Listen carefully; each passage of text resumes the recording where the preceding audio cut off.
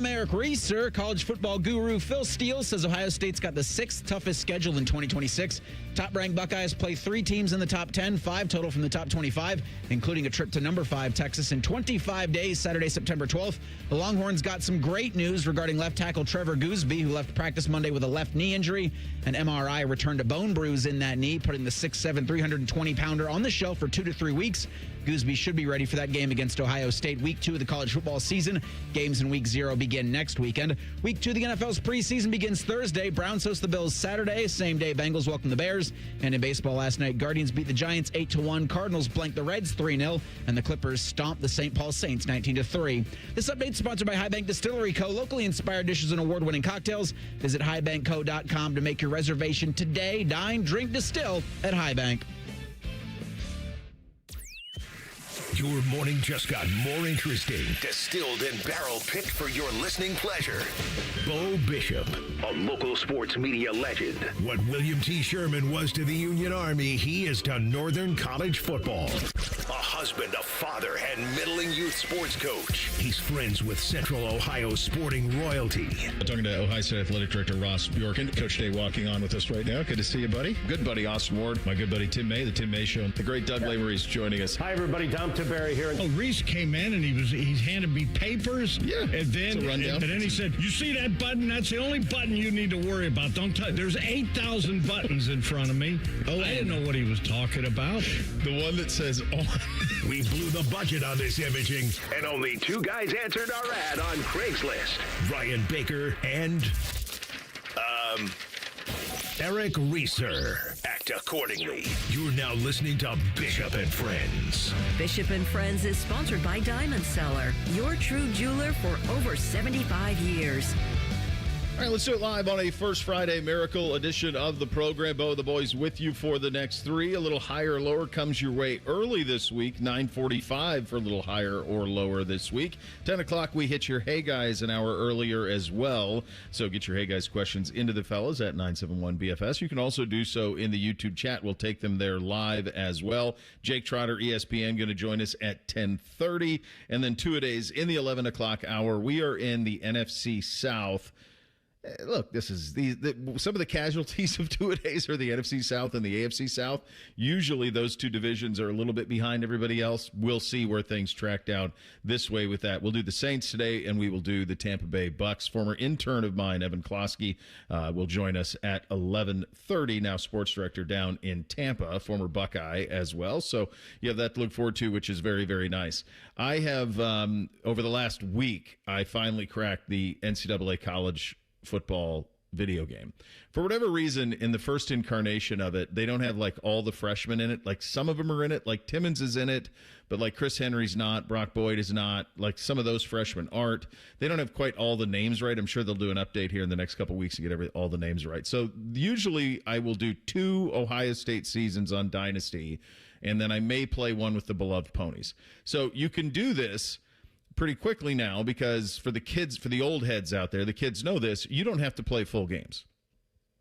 So you can play moments, so big third downs, you can play just offense, you can play just defense, whatever you want. So I just play offense, so a game will take at most 15 minutes. So you can fly through half of a season in an hour if you want to. And over the last week, that's what I've done with the Buckeyes. So I play offense and defense on the big game, and I play just offense on the nonsense games that they play.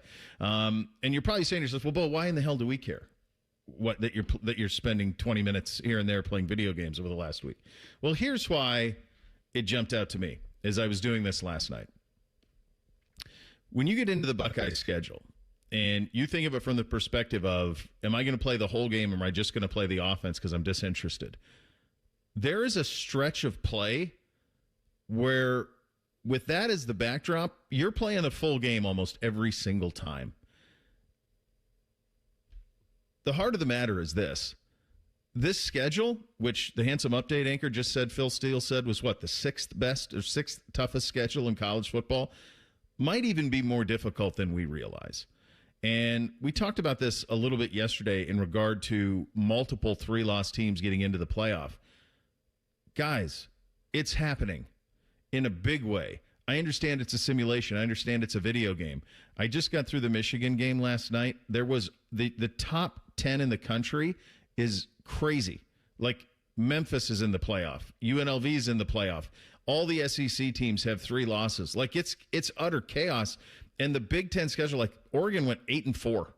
That's what they did in this thing. And as I was playing this, I'm going through these games one by one. And obviously you start with Ball State, then you get a big Texas game. But there are other little micro stretches that are really interesting. For example, playing Illinois at home on September 26th and then going to Iowa the following week. The stretch that's going to get all the attention, and it should be, there is a bye mixed in here, but nevertheless, at Indiana, bye week, at USC, Oregon at home, those 3 consecutively. And then before you play the Michigan game at home, you got to go this crazy trip to Nebraska in the second to last weekend, third to last weekend of November. This schedule is much more difficult than we realize. And I thought we should play a little exercise here to maybe illustrate kind of where it is. So if you break this schedule down into 3 groups, that's a dub. In other words, win, no worries about it. Win, cover, handle business, take care of your business, no threat. Second category, confident that they'll take care of business. And then the third being 50-50. There's not a fourth category of losses because no one expects them to lose anything. They're probably only going to be an underdog in maybe the Texas game, maybe. But they're number 1, Texas is 5. So they'll probably be a favorite in every game they play, so there isn't a fourth category. So let's just go through these. I'll give you the game, then you give me win, confident, or 50-50. Ball State, that's a win, dog. Easy. All right, boys. Texas. Win, confident, or 50-50? 50-50. I'm confident. One for 50? I don't trust Sark. Okay. On Texas. All right. And you both went win on Ball State. Okay. Kent State, we don't know this time on that. Illinois, home. Confident. That's a win. 1 confident, 1 win. At Iowa. That's a win. That one I'm a confident Vengeance. on. Crazy things happen at that place. They do. Maryland at home. Win. Dub. Is that homecoming likely? Probably. I think it is. Yeah, probably. Is that an opportunity for a night game? Probably. Feels like it's in play, right? At Indiana. Confident. I think that's a 50-50. I got to give Sig his credit. God. If it was socially acceptable, you'd go over there and steal him from his wife, and you and him would go have an apartment filled with rich mahogany. You love him so much. I don't know. Your day in heaven's going to be me voicing his 30 for 30. That is going to be, like, I'm going to push for that so big excited. Time. I mean, I think you're going a little far there, Bo, but I'd love to have a First Friday with him. That's for sure. Was that a little bridge too far? Yeah, you were all, other than driving into Indiana, you're fine with it. At USC after the bye week. That's a win. Confident. Oregon here. 50-50. 50-50. I agree. Northwestern here. Win. At Nebraska. Win. Michigan. Win. So it kind of illustrates the point. We could have done this exercise last year, and the 50-50 games would have been Texas last year.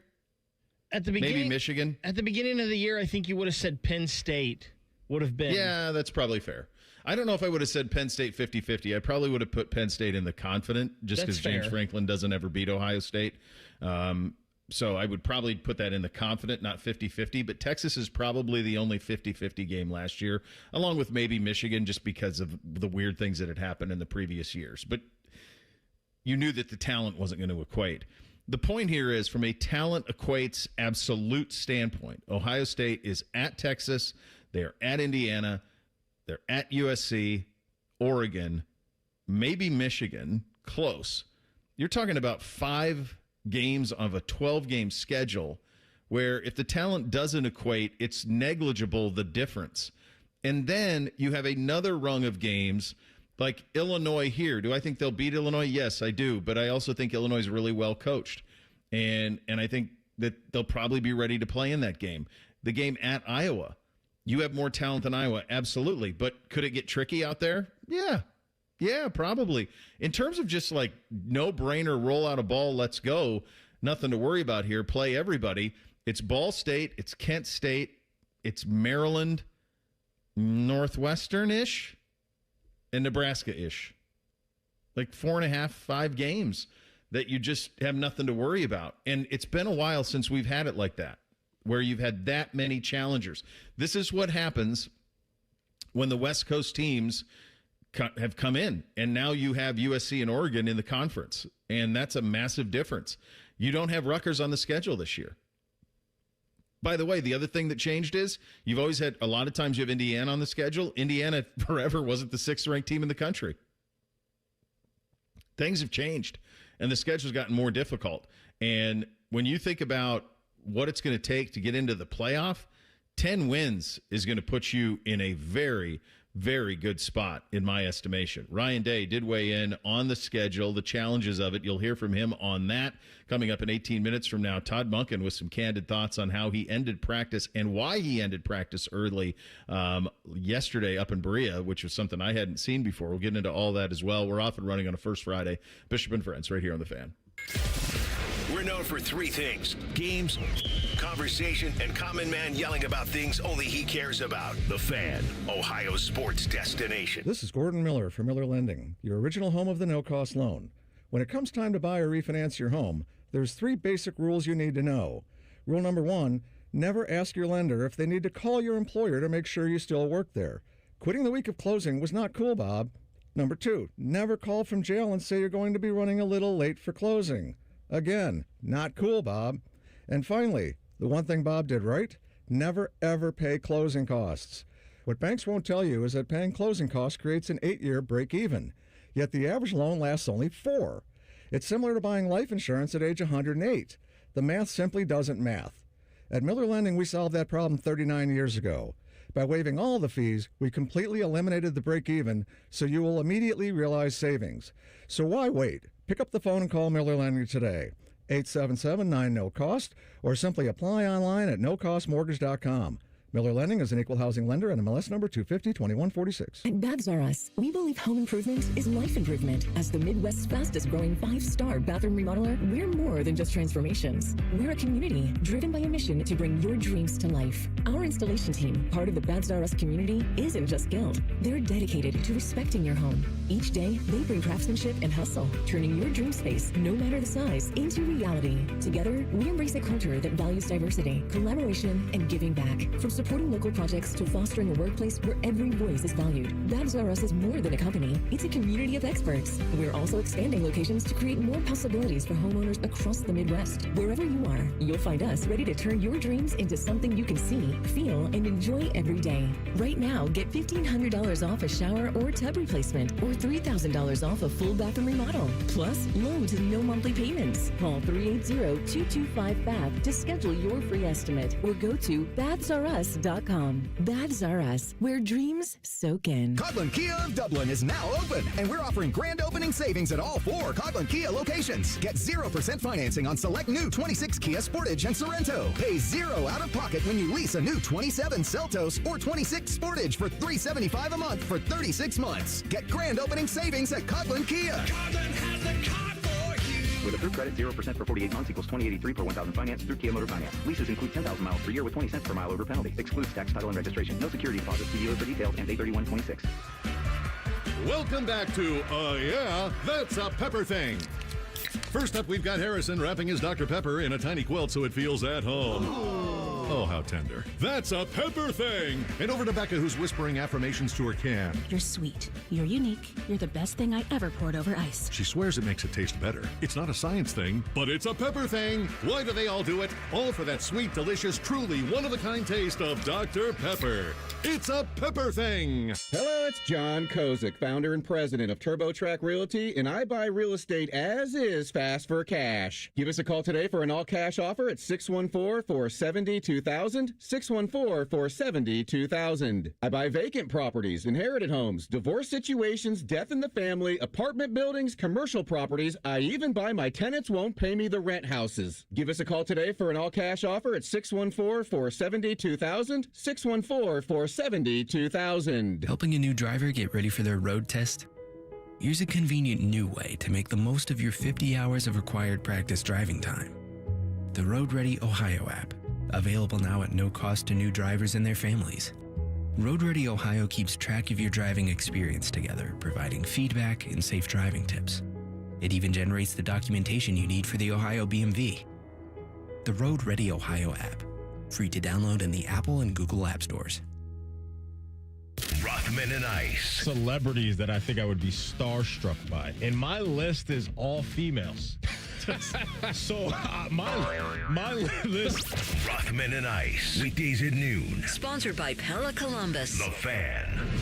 Fan weather. From the Logan AC and Heat Services Weather Center. We'll see a mostly cloudy sky continue into the afternoon. There's a chance of scattered showers and thunderstorms, but a lot of that activity will hold off until late. Highs end up around 80. Areas of rain and thunderstorms overnight. Locally heavy rain is possible. Lows in the mid-60s. For tomorrow, some showers possible early, then decreasing clouds in the afternoon. Highs again near 80. For The Fan, I'm 10 Weather Impact meteorologist Justin Gers. Miss a little, miss a lot. Catch Bishop and Friends wherever you get your podcasts. It's free. Sponsored by Atlas Butler Heating, Cooling, and Plumbing. The Fan.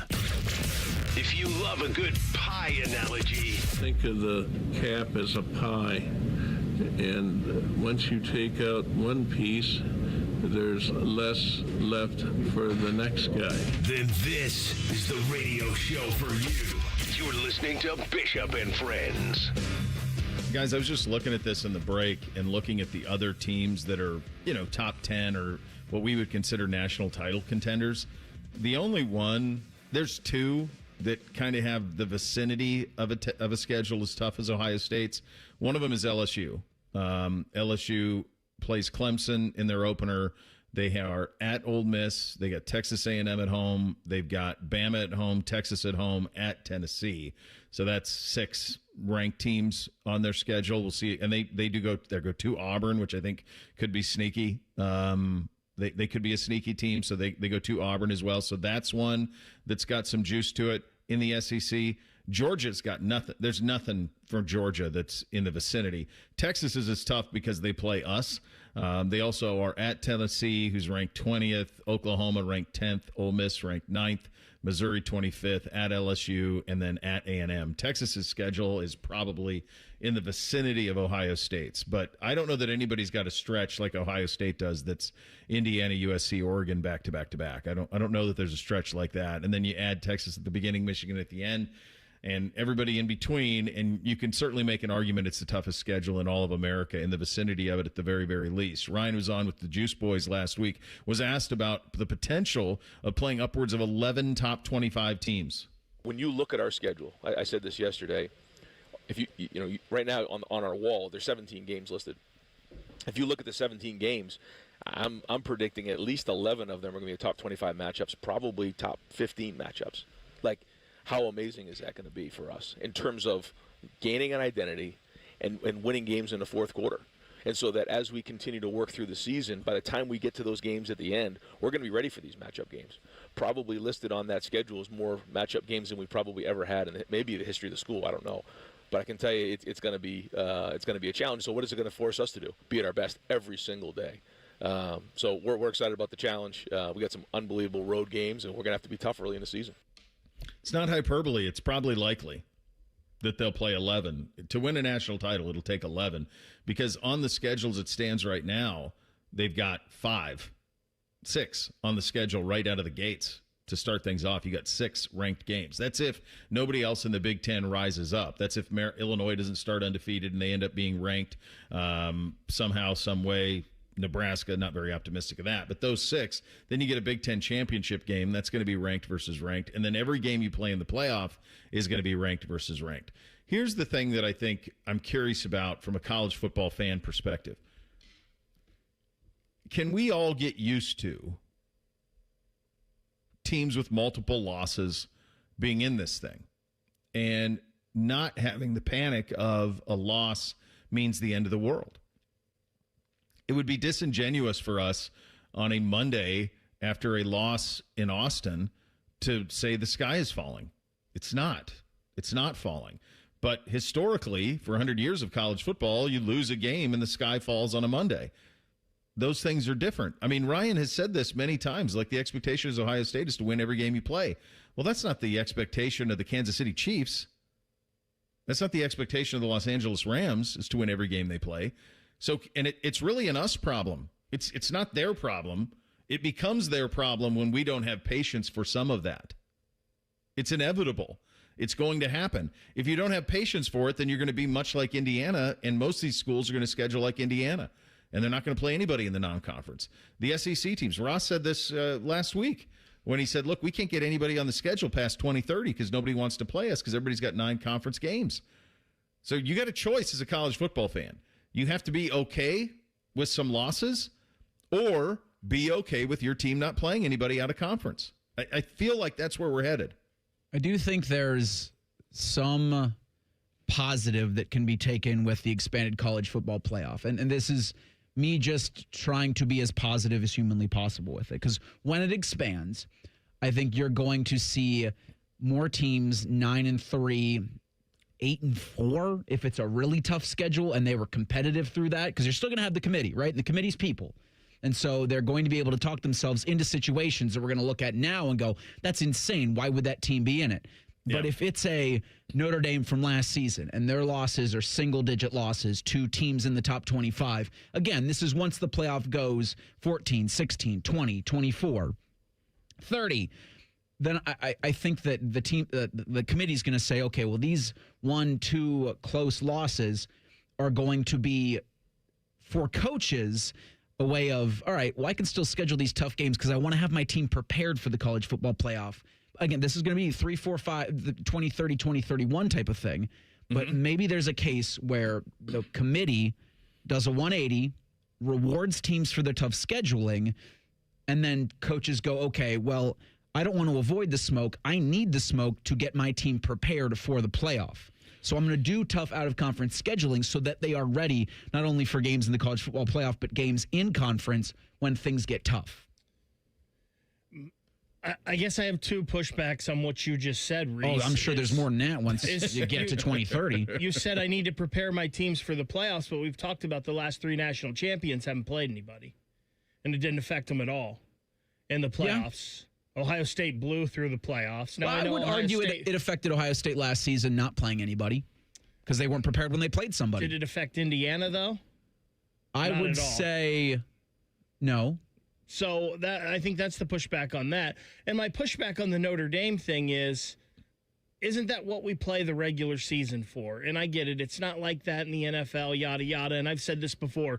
I think the difference between 1 and 32 in the NFL is like 1 and 10 in college football. I just don't like Indiana's blowing out Oregon last year, and we thought Oregon was a pretty good team. Yeah. Ohio State blew out Oregon 2 years ago.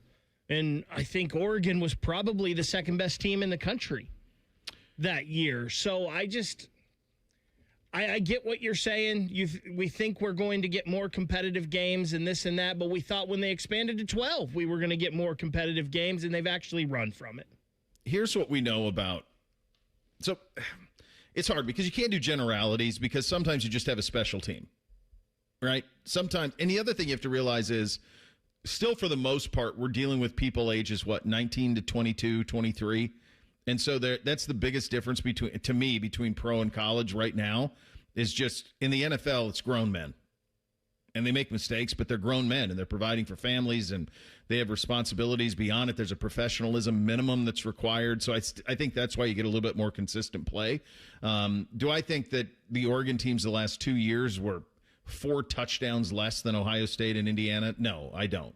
I think sometimes you get caught up in it, and a pebble becomes an avalanche. I think that type of thing happened to them in 2 instances, and it becomes kind of a mental thing.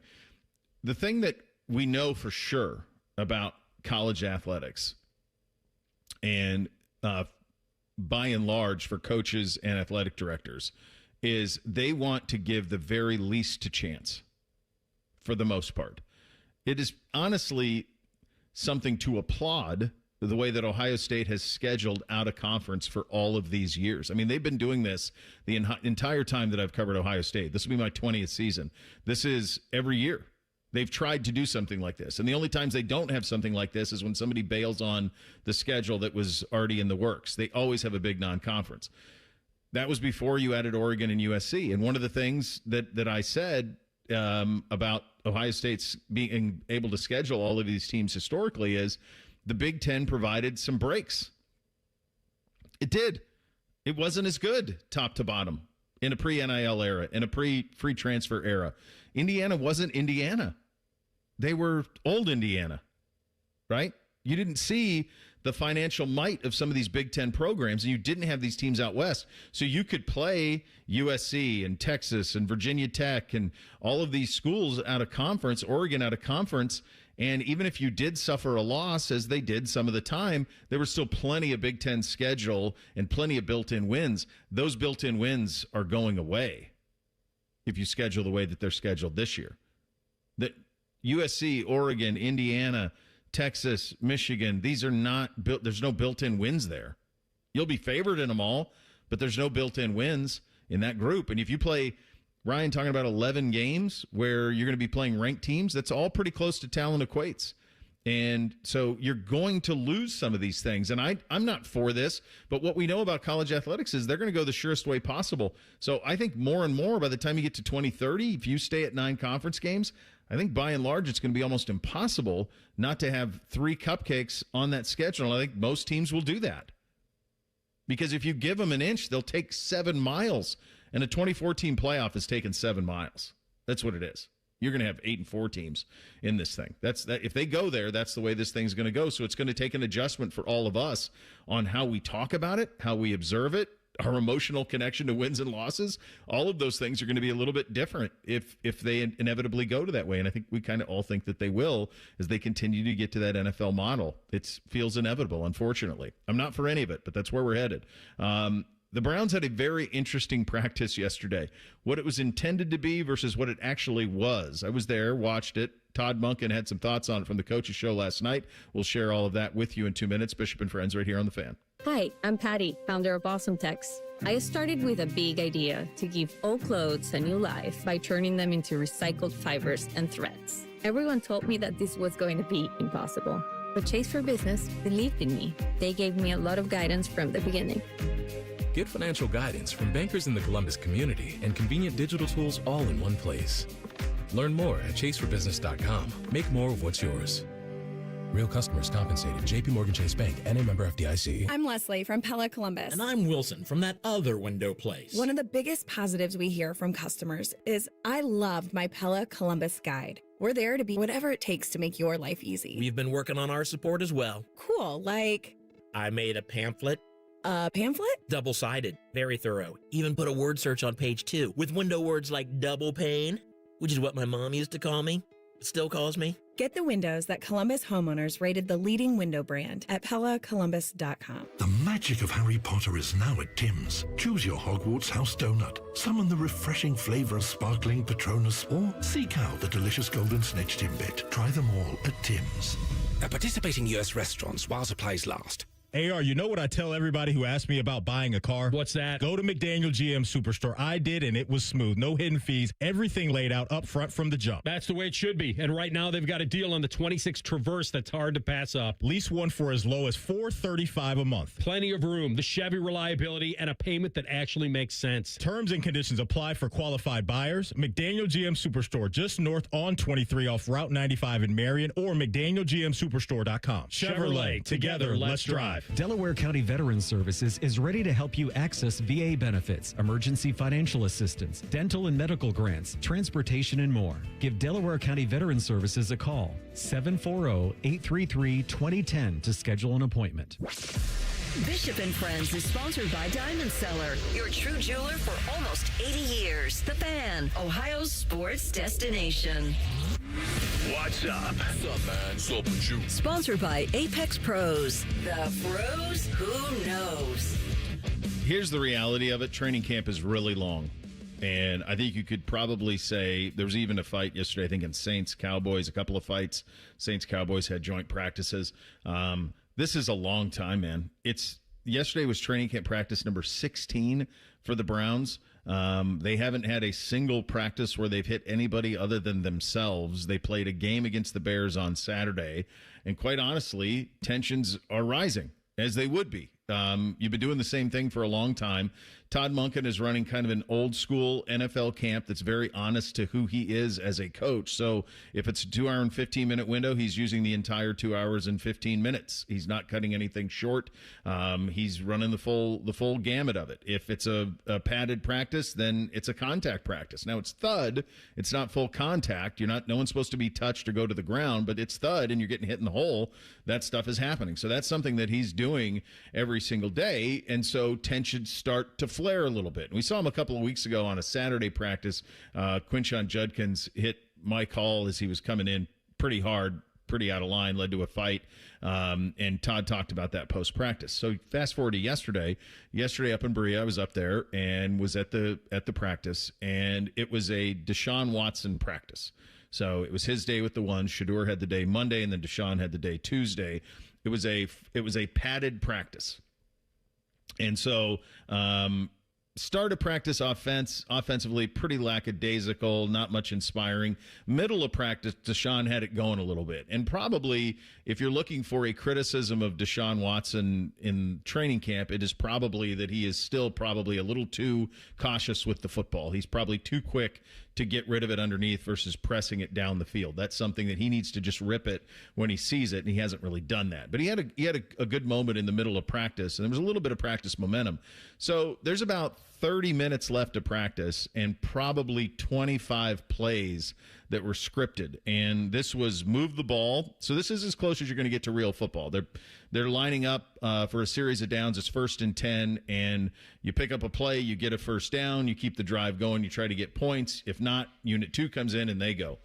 And so earlier in practice, Quinshon Judkins got taken to the ground. Mike Hall was back at practice yesterday, by the way. First time he's been back since all the way in it's been 2.5 weeks. So Mike Hall was back at practice. He was wreaking havoc. As an aside, they had him as the second team defensive end because of all of the injuries. So he was running second team defensive end and wrecking practice with that too. He looks great.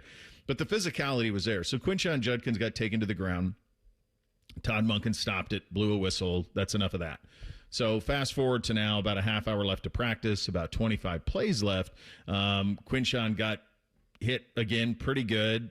Not to the ground, but it was testy, and the defensive coaches are running out, and they're all jacked up, and Todd wants to kind of keep things going. And then Shedeur Sanders gets hit.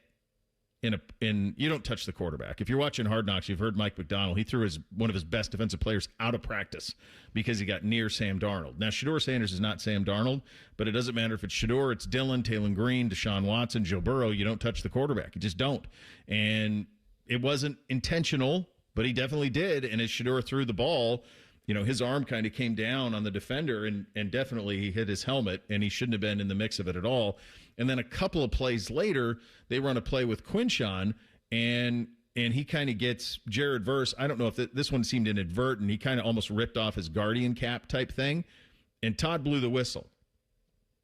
And then that was it.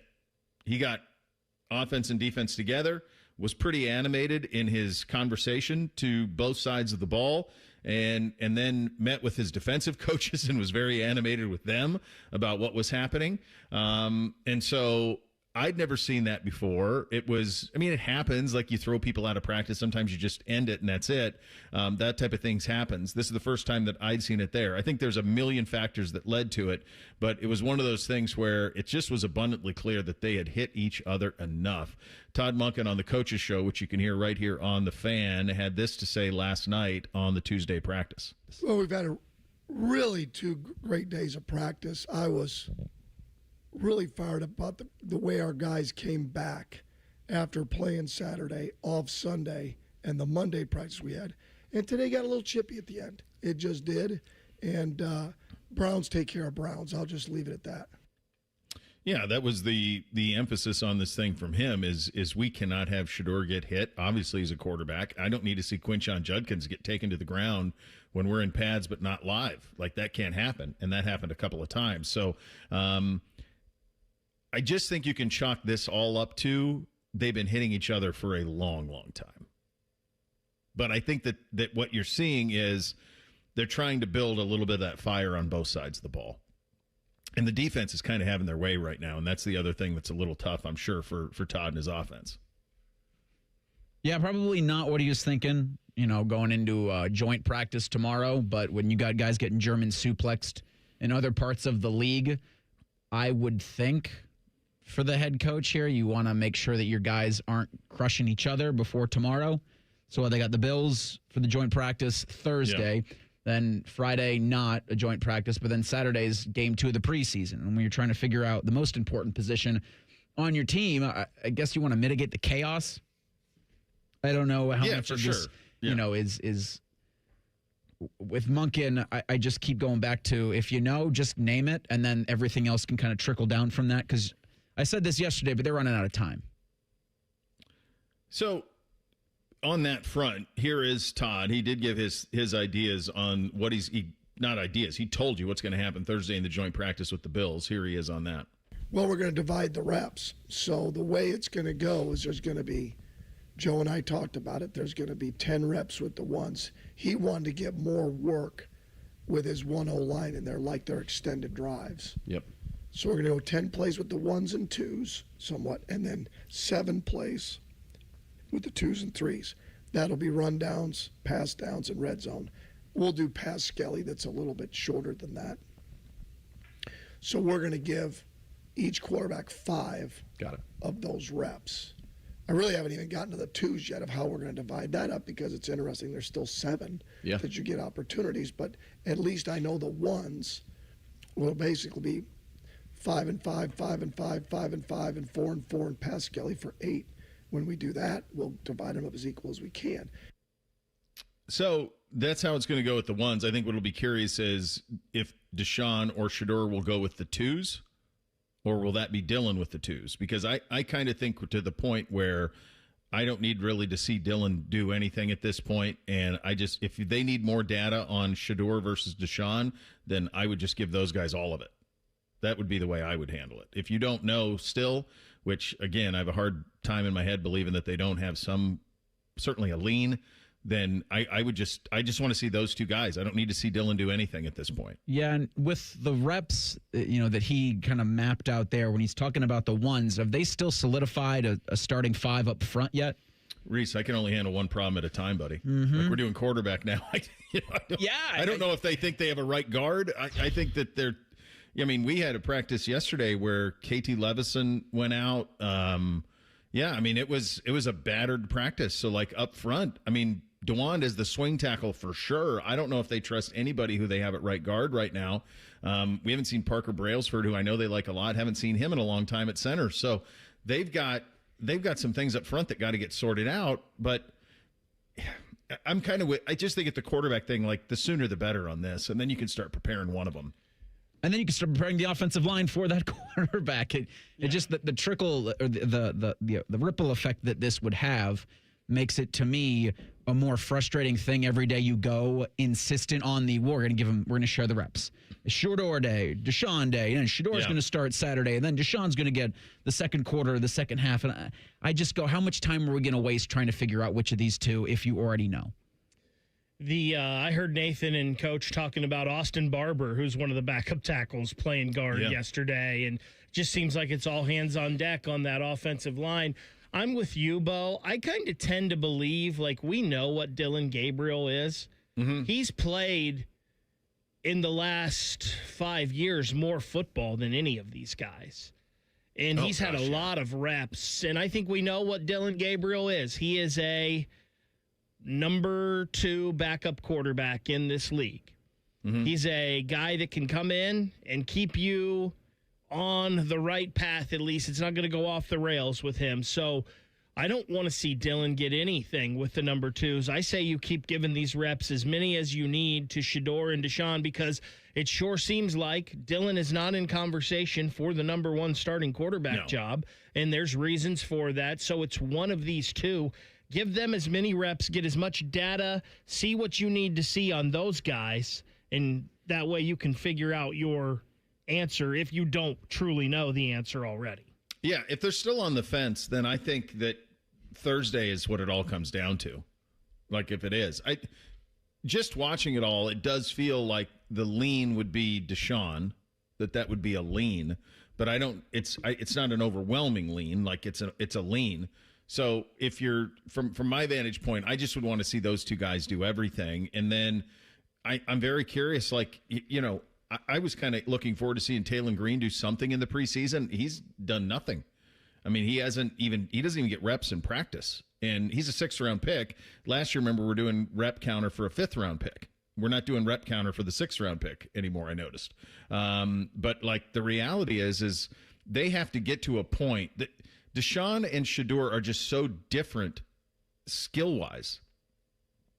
They're just really very different players.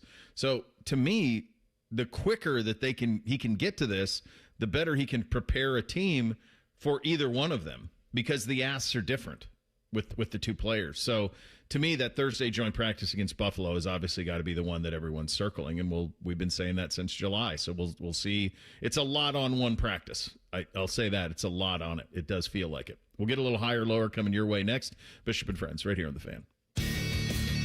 We're the highest rated sports radio station in America. There's no joke there. We just are. The Fan, Ohio's sports destination. Steve here with USA Insulation. Let's do some quick math together. Your energy bill this summer, probably one of the highest you've ever paid. Now imagine that same bill all winter long. That's what you're going to be looking at if you don't fix your insulation. You can still get the best deal of the year. We foam your walls. We insulate your attic for free. That ends August 31st. You don't want to miss it. The insulation pays for itself in energy savings. Call before August 31st for your free attic insulation. 529-2440 or usainsulation.net. USA Insulation. Introducing UDF's new Ice Cream Quakes flavors for summer. Get a sugar rush with cotton candy crackle. Try something crunchy and creamy with peanuts and caramel corn. Feel a chili lime kick with mango chili tango. Or go for a summer favorite with peachy cobbler. UDF Summer Ice Cream Quakes. Only at United Dairy Farmers for a limited time. Coghlan Kia of Dublin is now open, and we're offering grand opening savings at all 4 Coghlan Kia locations. Get 0% financing on select new 26 Kia Sportage and Sorrento. Pay 0 out of pocket when you lease a new 27 Seltos or 26 Sportage for $375 a month for 36 months. Get grand opening savings at Coghlan Kia. Coghlan has the car for you. With approved credit, 0% for 48 months equals $20.83 per 1,000 finance through Kia Motor Finance. Leases include 10,000 miles per year with 20 cents per mile over penalty. Excludes tax, title, and registration. No security deposit. See dealer for details. Ends 8/31/26. Football season is here. Make sure your internet is ready. Kinetic's 100% fiber gives you the fast, reliable connection to enjoy live football on YouTube TV and watch up to 4 live games at once with Multiview. Check real-time stats and catch more big plays without missing a snap.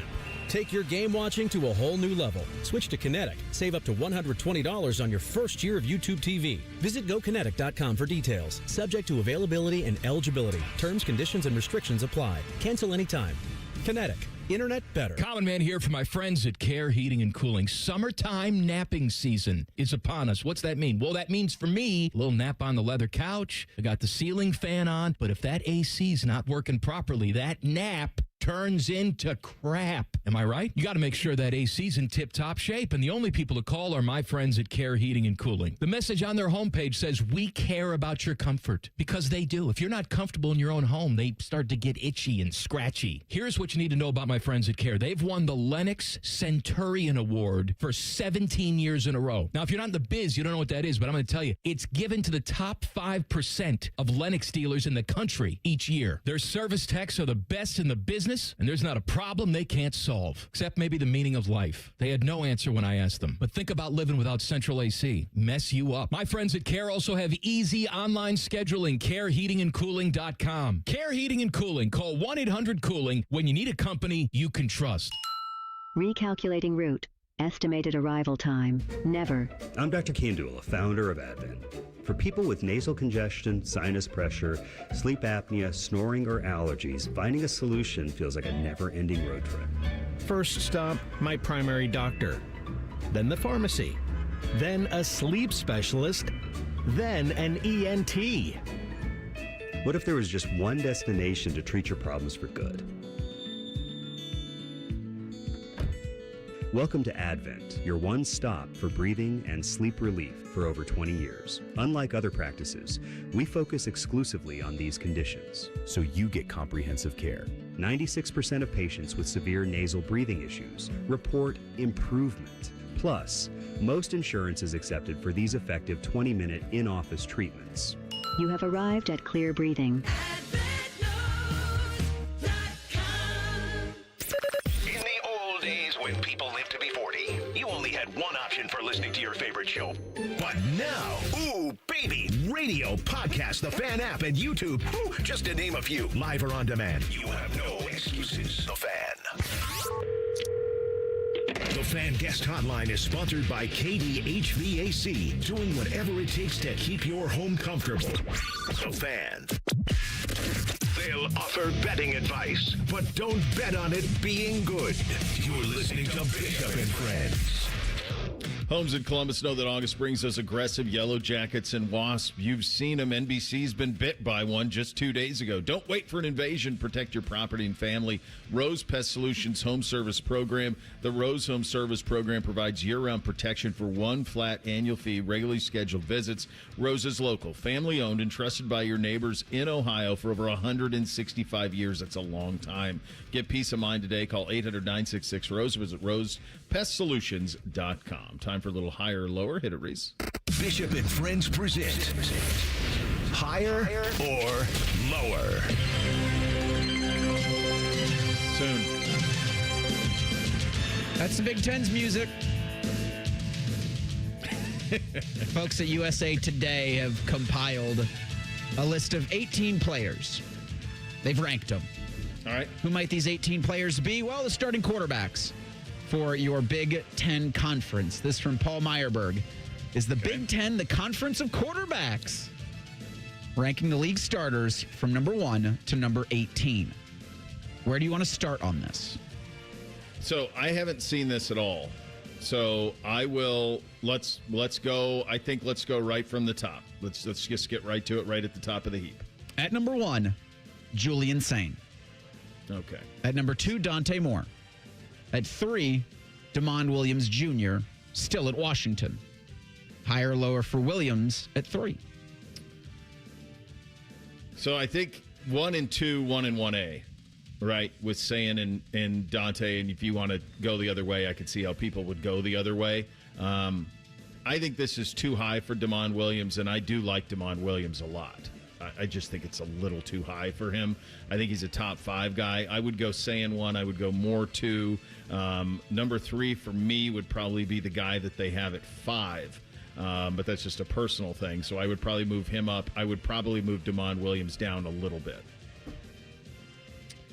So, Bo, I like how you said that with the 1A and 1B type thing there with Julian and Dante. I think they're both so very close to each other, and I think it's splitting hairs. I would go with the 6'3" and the size of Dante Moore. That would be the separator for me, where I would put him at number 1 and Julian at number 2. But it's a paper-thin margin. Mm-hmm. I like DeMond Williams at number 3. I know he's a little bit smaller on the scale for quarterbacks, but I think he's a pretty good quarterback. I'm not sold on Jaden Maiava like a lot of people, and I've heard really good things coming out of Indiana this week about Josh Hoover. People saying maybe he's even better than Mendoza. I'm going to have to see that to believe it, so I like DeMond at 3. At number 4, Josh Hoover. Indiana, Jaden Maiava's at 5. Nico Iamaleava, UCLA quarterback at 6. Rocco Becht, Penn State's quarterback at 7. Bryce Underwood at number 8. Higher or lower for Michigan's quarterback? I think this is too high for Bryce based on what he did in year 1. I think his ceiling is higher than, for example, Rocco Beck's, but I don't know that I could put him ahead of that based on what I saw. I do think this is a good ranking for Nico Amalieva. I think he's almost gotten to the point where he's underrated a little bit. I just always have respect for that kid. I mean, I have no respect for what they did off the field, trying to basically leverage Tennessee for more money while they were in the middle of a playoff. But at the same time, he came in here and got his brains beat in and kept getting up. And so I respect. I mean, didn't his helmet break, for God's sakes? Like, I just have respect for him. So I think that's a fair spot for him. I think Becht will be solid at Penn State.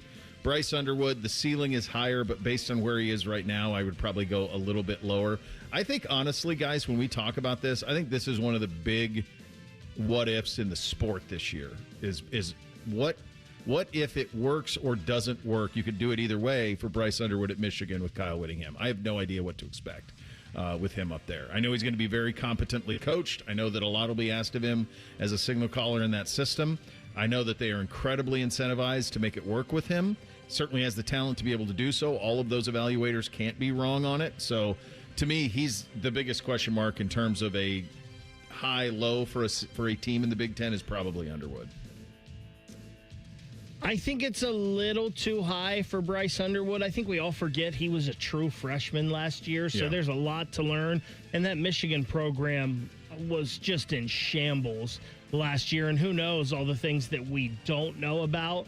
I do think I would drop Bryce a little bit. If I'm going to go with an athletic quarterback, I think I would like Malik Washington of Maryland a little more than Bryce Underwood. And I think there's another guy coming up that might be a little too underrated as well. I would have Maeva and Hoover flipped. I think they're in the same spots for me. I would just have them flipped. So this higher or lower is USA Today's ranking of all 18 Big Ten starting quarterbacks for the 2026 season. At number 9, Anthony Calandria of Nebraska. At 10, Drake Lindsey of Minnesota. At 11, Malik Washington of Maryland. At 12, Colton Joseph, starter for the Wisconsin Badgers. At 13, Caden Hauser, the starter for the Illinois Fighting Illini. Higher or lower for Illinois starting quarterback? You have to, now, where are all these guys from? Like, the guy at 14 started at Oregon State, was really pretty dang good, then followed Jonathan Smith to Michigan State, and now he's at Northwestern. So, by the way, I think he'll do, I know you didn't ask about him, so I'm kind of cheating a little bit. I think he'll do really well in Chip's offense. I still think that kid has some talent. I have no earthly clue on Caden Hauser. I didn't watch a lot of East Carolina games last year, so I can't tell you exactly how good I think he will be in that spot. I'll tell you what, Wisconsin, Luke's got to win 7 games. Is that the guy to do it? Colton Joseph at Wisconsin, a lot on him. I like you, Bake. I like Malik Washington a little bit more than where he's. I think Drake Lindsey could be a nice player at Minnesota as well. Minnesota has a nice team this year. They could be a little tricky for some of the teams in the Big Ten. But some of these guys at the bottom of this thing, this is like back of a milk carton stuff, trying to reassociate yourself with these guys and the teams they're currently on. Bo, I'm with you on Drake Lindsey. I would actually have Drake Lindsey up at number 6 on my list. He had a really good year for Minnesota as a freshman last year. I think he accounted for 22 touchdowns and only 6 picks. So I like Drake Lindsey a lot. I think Minnesota's a sleeper team this year in the Big Ten. I don't think people realize they had 9 wins last year. They did. Especially around here, because Ohio State beat them, 42-3? So I don't think people realize how good that Minnesota team was last year. I don't even know what a Colton Joseph or a Caden Hauser are. I don't know either. I've never heard. So, I would have them lower, just maybe a little lower, because I think Aiden Childs we might grade a little unfairly because Michigan State was in total disarray last year from the top down. So I think Aiden Childs is a little bit better of a player, and I would have him over both of those just because he's a known commodity. I would too. Yeah, I like him a little bit more. But it is a deep conference, and that Minnesota team, kids, pay attention to that Minnesota team. That not necessarily to threaten you at the top of the Big Ten, but I would not be surprised if PJ has some success out there this year. Second hour of the program on a first Friday. We kick it off with a little, hey guys, still time to get your questions in to the fellas at 971-BFS. We can also take those live in the YouTube chat. We will do that coming up next. Bishop and Friends right here on The Fan. We have so many local shows, I can't fit them in a 10-second promo. So let's just say we're live and local all damn day. The Fan. Hey, what's up? It's T-Bone. Tired of snoring? Sleep Better Columbus can help with a custom mouthpiece that opens your airway and stops the snoring. No mask, no noise. Call 1-800-MORE-SLEEP or visit sleepbettercolumbus.com today. Stop snoring, sleep better, live better. Fall is a season of change, and Hinderer Motor Company is turning over a new leaf with big savings. This is Justin Hinderer. Right now, any one of our participating locations is paying up to $3,500 over Kelley Blue Book value. That's right. Drive in your current vehicle and leave with one of ours today. Don't wait. The leaves are falling and so are the prices. At Hinderer Motor Company, we love what moves you. CEC Turf and Tractor is growing. We're proud to welcome Green & Sons Equipment's Mount Sterling and Marysville locations. Same hometown service you trust, now with the strength of one of Ohio's largest Kubota dealers. Visit CECTurfandTractor.com today.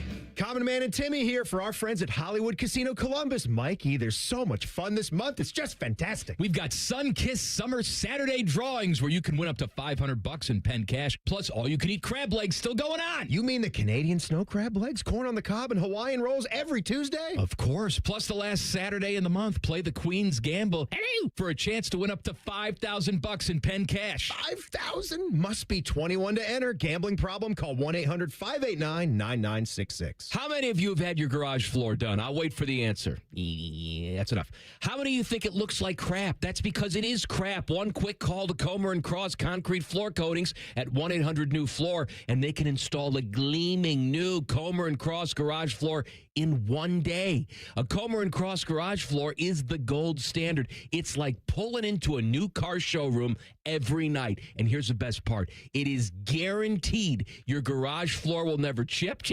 crack, or show tire lift like epoxy or paint ever. And listen, you lazy bum, they'll even take the stuff out of the garage for you. They're all certified uniform pros, no subcontractors at Comer & Cross. This is a premier product with premier results, and they hired a premier endorser to tell you about it. For your quick and easy Comer & Cross garage floor quote, call 1-800-NEW-FLOOR now. That's 1-800-NEW-FLOOR, or go to comercross.com, C-O-M-E-R cross.com. The magic of Harry Potter is now at Tim's. Choose your Hogwarts house donut. Summon the refreshing flavor of sparkling Patronus, or seek out the delicious golden snitch Timbit. Try them all at Tim's.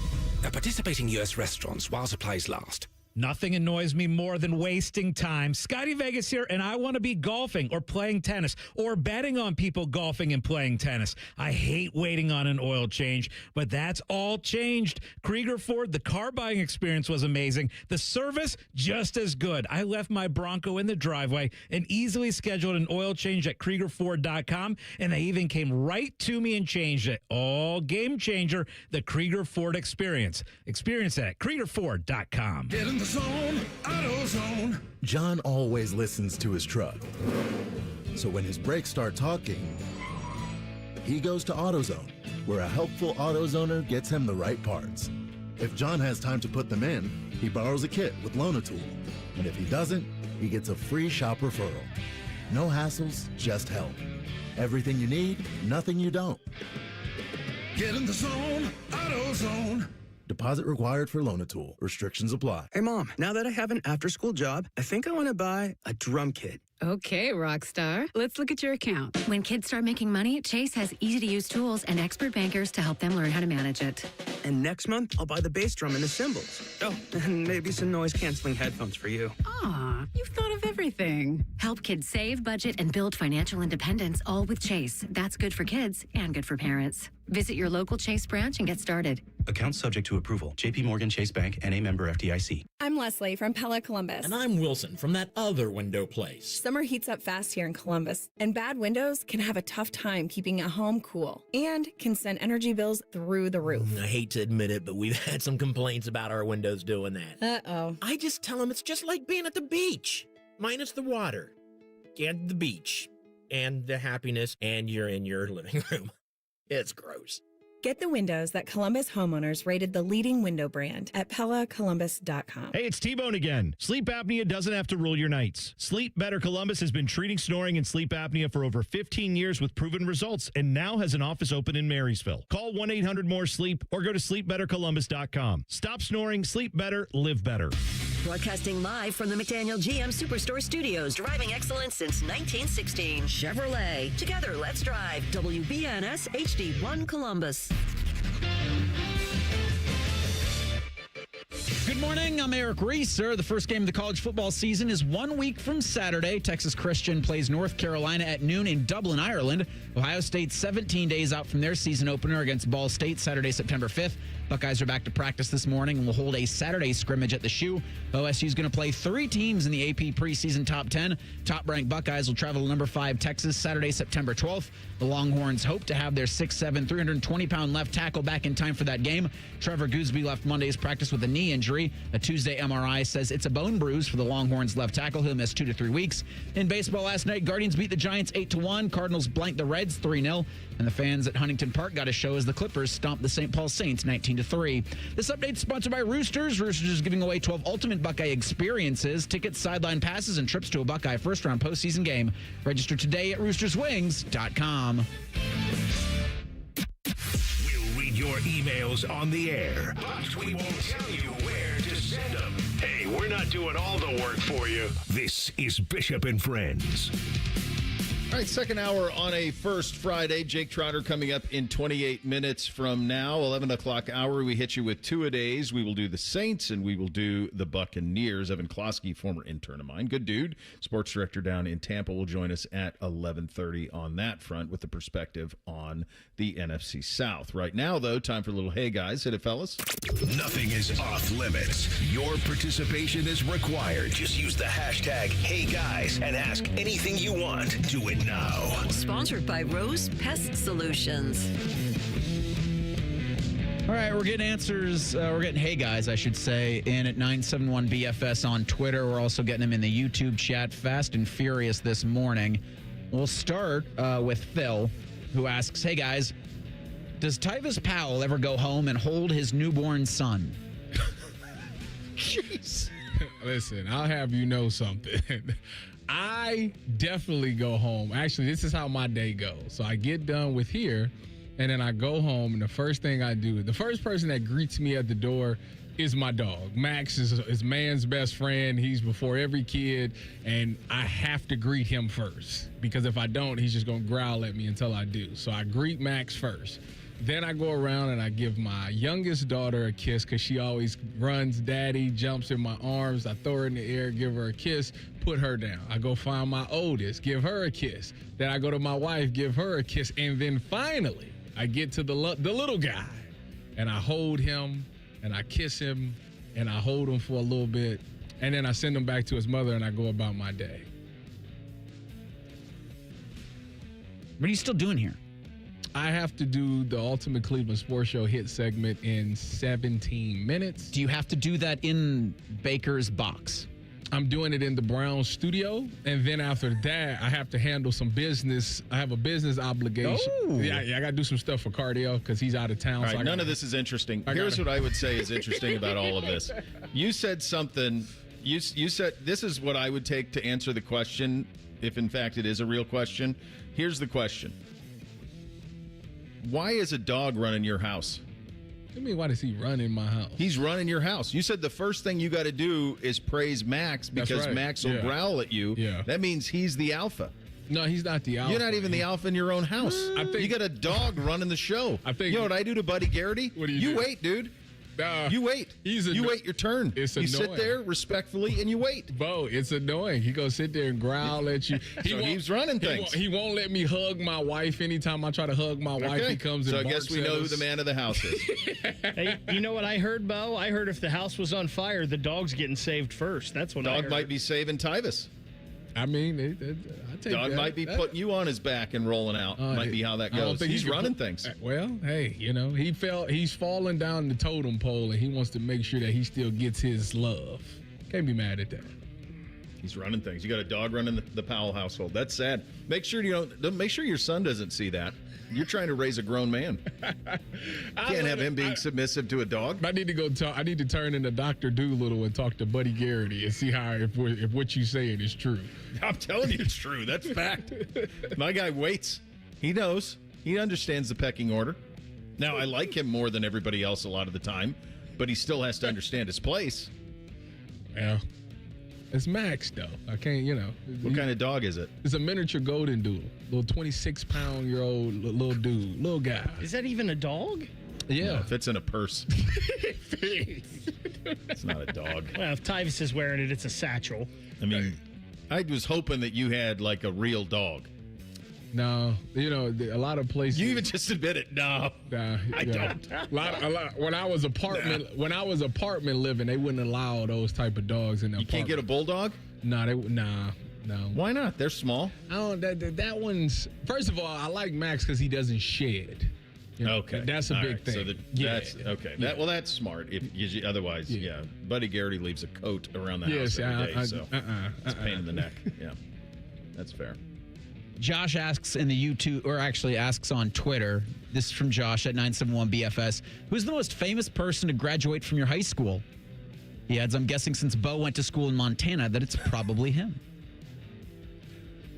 Yeah, probably. I mean, it's a town of 250 people. So there's not a whole lot. We had that all-school reunion. We don't have like a Halle Berry like Tyvus has to lean on. You guys probably have a great list as well. I mean, Reese's is apex with the Golden Bear. Well, number one is Tyvus Powell. Hold on, you're still here? Yeah. He can't leave. It's a bad job out of me giving him his headphones. Yep. Tyvus Powell is number one. Then it's Halle Berry. I'm going to ask this. She's 60, by the way, and still throwing 170. Yeah. I saw her post on Twitter. It's like not hard of seeing. Yeah. Yep. Good night, nurse. It's 60. Yeah. Bringing it. Would more people know Jack Nicklaus or Beverly D'Angelo? Jack. Okay. I think there's a generation of kids who, unless they would know her as the mom from Christmas Vacation. He's leaving finally. Finally. Don't you think? Most kids would know her as the mom from Christmas Vacation. I think so. Yeah, I don't know if they'd know her name. I know her quite well, but if you're young, I don't know that you would know. I think everybody knows Jack. And I know you hate Entourage, but Barb's. I do. I just think it's wildly overrated. Yeah. And they just focused on idiots as opposed to just doing the show about Ari. That would have been what you should have done, but they kind of turned into that as it went along. So interesting. You speak of Beverly D'Angelo and her going to Upper Arlington High School. I went to school with her nephews. So her nephews, one of them graduated with me. I want to say it's probably Gary Burley from my high school, former Bengals player. And okay. But Derek Combs was 2 years ahead of me, former Buckeye, and he played in the NFL with the Packers and the Raiders. And also former Buckeye, it's funny, he graduated with Derek, former Buckeye defensive coordinator Alex Grinch graduated from my high school 2 years ahead of me. So those would be the three. There was a Hollywood actor way long time ago named George Montgomery, who, God, you'd have to be old to know him. He starred in Westerns. Who's the Mount Rushmore of Upper Arlington? I mean, good Lord, from there, obviously Beverly and Jack would be on there. There's an incredible list of people who have lived there, but in terms of from their UA guys, it's a pretty impressive list, Reese. Yeah, I'm fond of that 2000 Division I championship team with Simon Frazier. I think it's Dr. Jeff Backus now. It might be Dr. Simon Frazier, too. I think you might be right on both of them. I think you might be right, yeah. Definitely Jeff. So pretty damn good football players, but now also doctors. Yeah. It's pretty impressive. Pretty good. Good job out of the Golden Bears, yeah. We'll stay in the YouTube chat for our Hey Guys again. We're doing this live, so we can read it on the air. We're going to. Cardinal asks, hey guys, you can wipe your favorite TV series or a championship season for the Buckeyes with selective amnesia. You can watch them for the first time. What will you choose?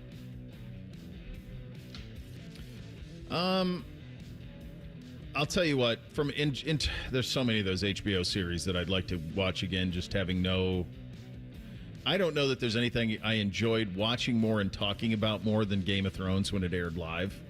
I mean, I just thought it was so fun because you didn't know anything what was happening, and the quality was so great. I just would have stopped it before the last 3 episodes. I just would stop it then. My favorite? It's interesting because I guess what he's saying is the Buckeye season that you have to relive would be one that you would have to relive with the results being the same. Yes. So I'm sure for Bake that's 0-2.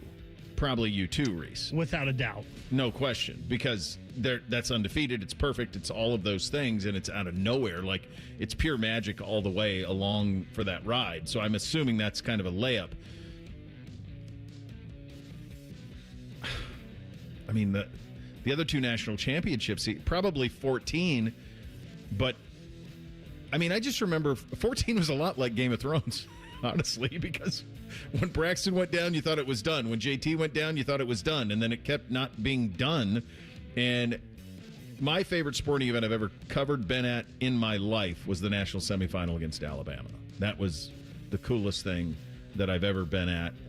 To go down there, to beat them in their place, to be on the sideline as Zeke went 85 yards through the heart of the South, and as the Buckeyes kind of spilled out onto the field following him, and you knew it was the nail in the coffin, you looked up at the Superdome, and the monitor, the video monitor that you looked up to, was directly above the Bama student section. And so you saw Zeke score, and then you panned down, and you just saw the despair of the Bama tears, which was spectacular. So I guess it would be that one. Yeah, for me, it's definitely 0-2, because 0-2 kind of had everything. It wasn't easy, but you won every game, and even down to the last play with the defensive pass interference coming out late and all of that. So, yeah, it would definitely be 0-2. I will say this, and I've talked about this. I hated the 2024 season throughout the season. Yeah. But that 4-game run, if you could go back and watch that again for the first time through the playoffs, that was pretty daggone good. Yes. Yep. Yeah, 14, the end was so much fun. Because we talk about, I've mentioned that last year's Michigan win was one of the more cathartic in Ohio State football history. The semifinal win over Alabama, I think Trestle's first win against Michigan, like those are up there in terms of, if you want to argue, cathartic wins in Buckeye lore. Bo, I believe I've told you this before. I only watched like a quarter of the 2014 playoff because I worked at a place, Colors Are Brown, that you deliver packages, and I would have to get up super early, and I fell asleep after the first quarter of the Alabama game. So I was like, well, I didn't watch it, and they won. So I just went to sleep and didn't see any of the Oregon game. So that would be like watching it for the first time. You'd be seeing it for the first time. Yeah. Those are great. I mean, there's some good ones there. That's a very good question. We'll continue with the Hey Guys questions. Jake Trotter coming up in 17 minutes. Bishop and Friends right here on The Fan. Big voice guy here to remind you that you're listening to The Fan, Ohio sports destination. Okay, thanks. I have 3 more seconds. Bye-bye. Men, if your energy is down, your workouts aren't producing results, you're gaining stubborn weight, losing muscle, sleeping poorly, or just not feeling like yourself anymore, it may be more than just aging. This is Jeff for Tri-State Men's Health. Our low T and body composition treatments are designed to help men regain energy, improve focus, sleep better, build lean muscle, reduce unwanted fat, and restore confidence both in and out of the gym. At Tri-State Men's Health, we specialize in helping men optimize their health, performance, and vitality. Using personalized medical treatments tailored to your health and goals, many men begin noticing improvements in energy, mental clarity, recovery, motivation, libido, and overall body composition within just a few weeks. Your initial visit is just $99 and includes blood work, PSA and T-test, and a medical consult. And if you start on treatment the day of your appointment, your visit is free. Call 800-900-9654 or go to tristatemenshealth.com. We have 6 offices across the tri-state area to serve you. Future therapies are compounded and have not been evaluated nor approved by the FDA. Provider prescription required. See website for details. Common Man here for Universal Windows Direct. Fall is around the corner, so if replacing your windows has been sitting on your to-do list, now's the time to get it done. Cross it off for good. Call my guys at Universal Windows Direct. Buy 4 windows,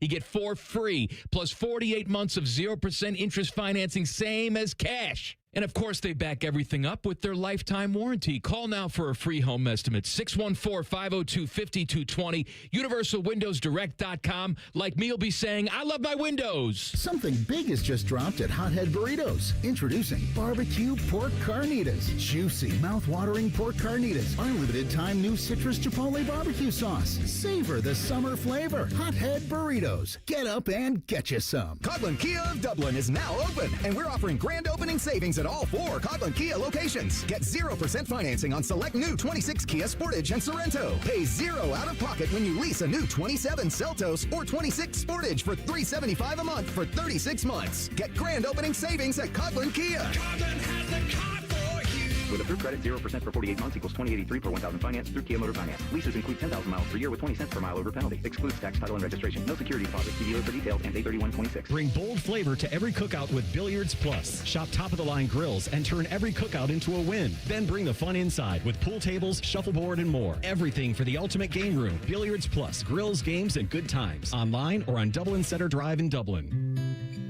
I'm Ben. As a licensed Kroger pharmacist, I'm committed to helping you choose the right vaccines for you and your family. Whether you have questions about the flu, RSV, or COVID vaccines, our team is ready to go above and beyond for you when it comes to providing personalized care and seasonal vaccine education. No appointment needed. At Kroger, we're here to look out for you. Restrictions and exclusions may apply. See site or pharmacy for details.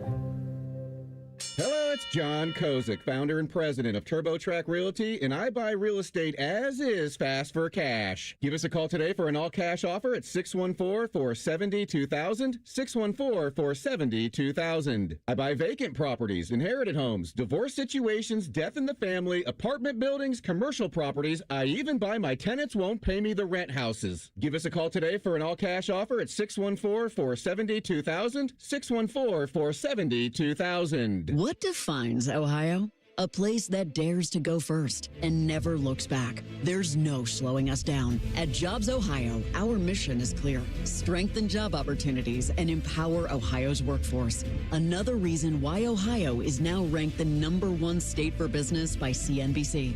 This is what unstoppable feels like. We did it together, Ohio.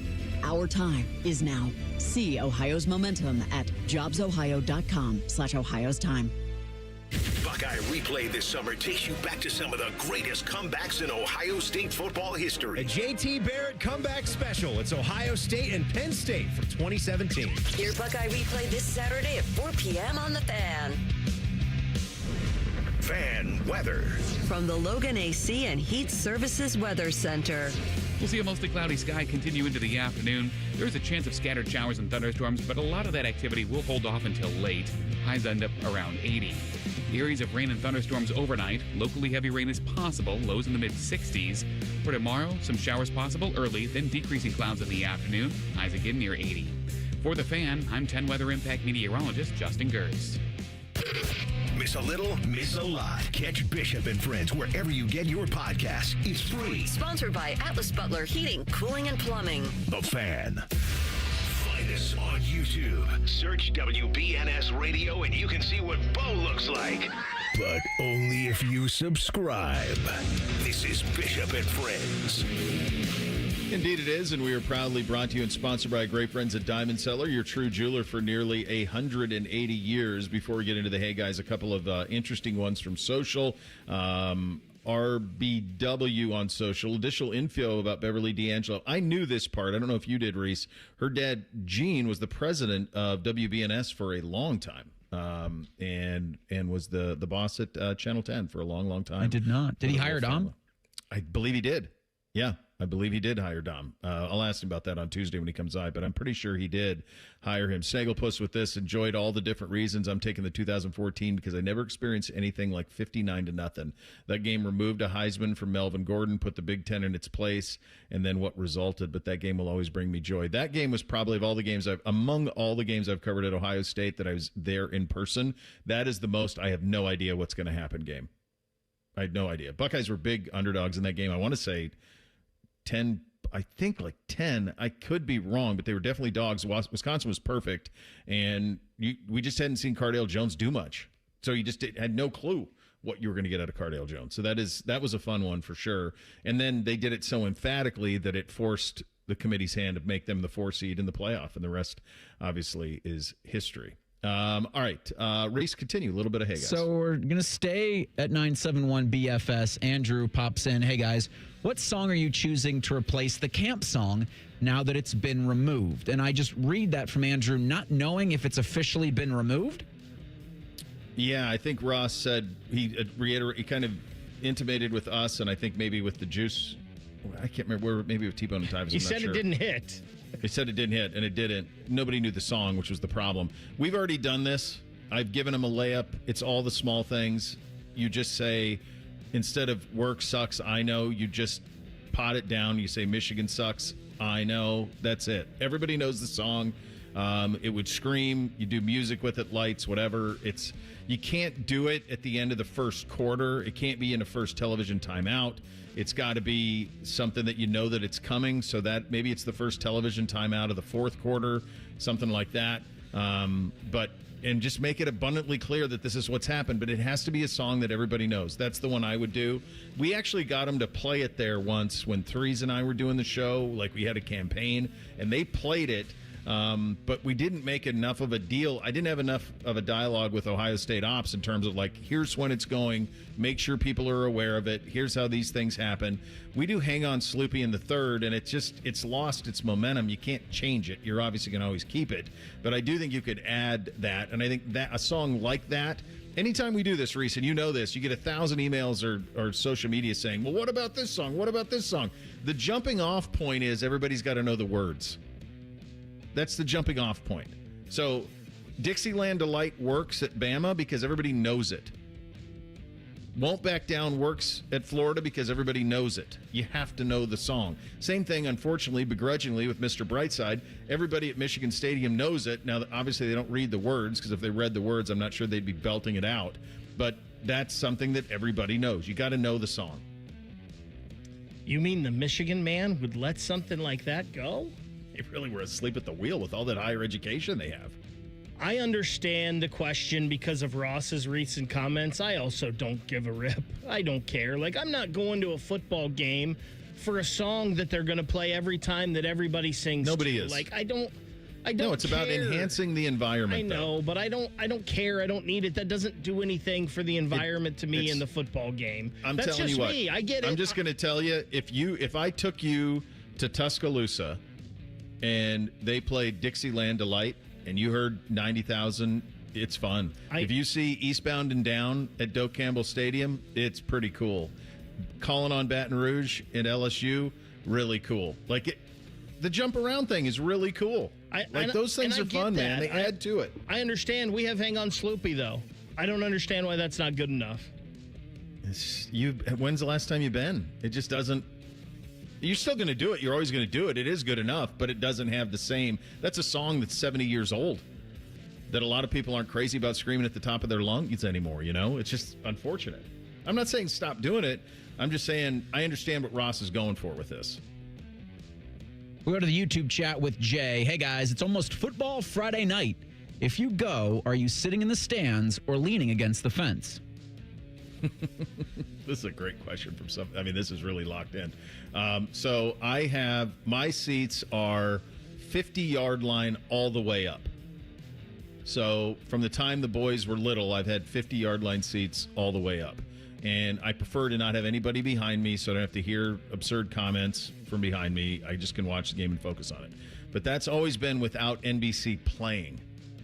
So when the boys play sports, I go to the corner by myself.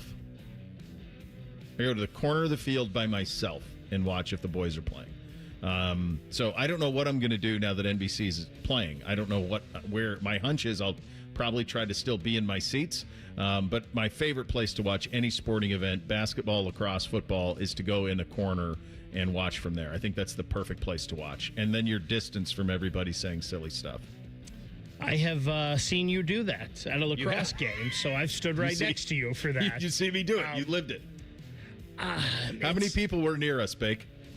Not many. Just your kids and their friends when they came by. That's it. Yeah. I want to say I'm more of a stand on the fence type of guy. I guess I haven't been to a high school football game, just watching as a fan for a long time. So I guess it was like if I went with people back in the day, they would usually want to sit. So I would go up and sit with them. But all of the high school football games that I've been to recently, I've been working them. So I've either been in a press box or down on the sidelines. So, but I would say my preference, if I was by myself, is to just go stand on the fence. Yeah, I'm a sit in the stands kind of guy just because you're usually with somebody. If I were to go by myself, like the fence just being closer to the game. But now it does feel like, and I understand with that high school in Georgia charging for sideline access, those areas do get really crowded if it's a big enough school. And so I think the bleachers gives you the best shot at the game because nowadays you're getting a ton of scouts and other people that are covering. I mean, there's so many newer outlets, and that's not a bad thing. There's so many people that are crowding the sidelines. You can't really see anything if you're trying to watch football. At 971 BFS on Twitter, this from Hunter. Hey, guys, what's the one interaction that left you the most starstruck?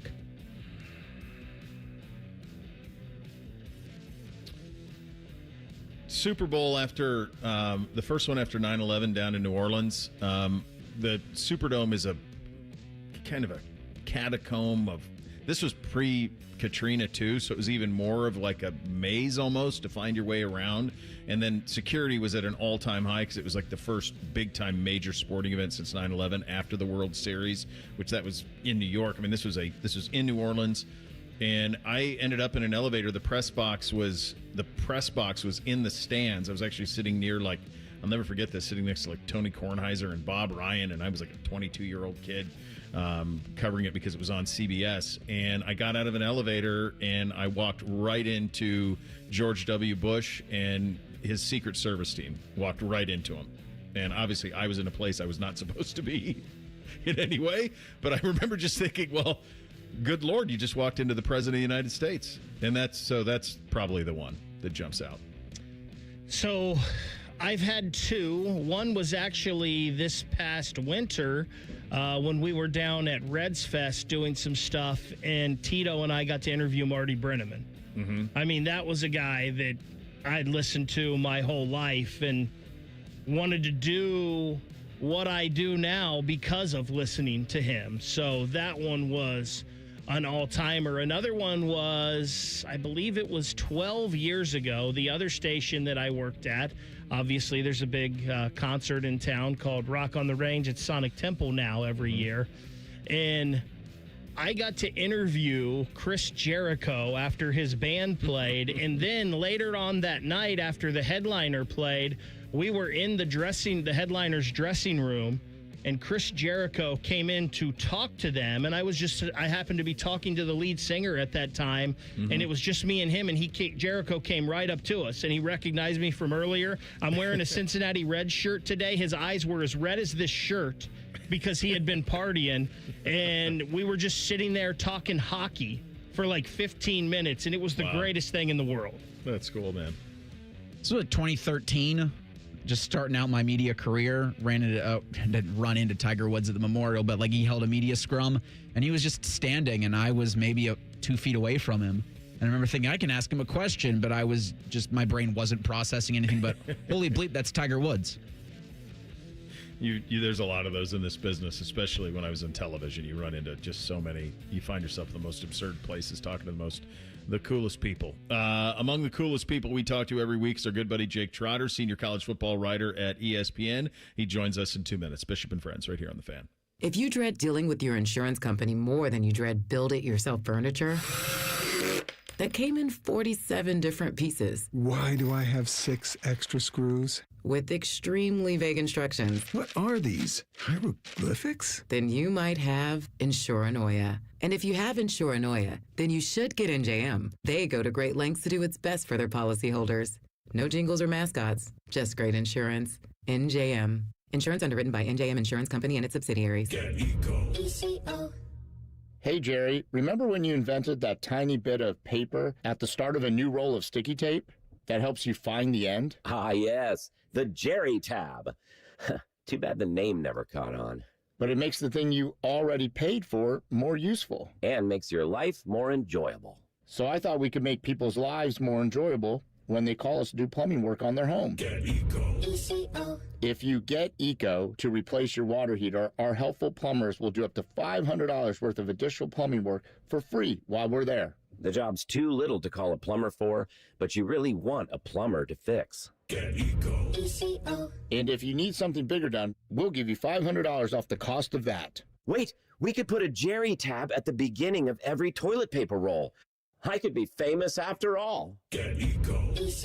Eco plumbers, electricians, and HVAC technicians. Home of the Jerry tab. GetEco.com. Hey, it's Common Man. Everybody's talking about affordability these days, but the good news is you'll find hundreds of vehicles that fit your budget at GoGermain.com. Drive home in a new sedan starting at just $139 a month. New SUVs from only $189 a month, or a truck for as low as $329. Plus, choose from over 1,700 new and pre-owned vehicles, all priced under $30K, and it's only at GoGermain.com. And with their $1,000 price promise, no one's going to sell you a car for less. Go see my friends today. GoGermain.com. Bishop and Friends is sponsored by Diamond Seller, your true jeweler for almost 80 years. The Fan, Ohio's sports destination.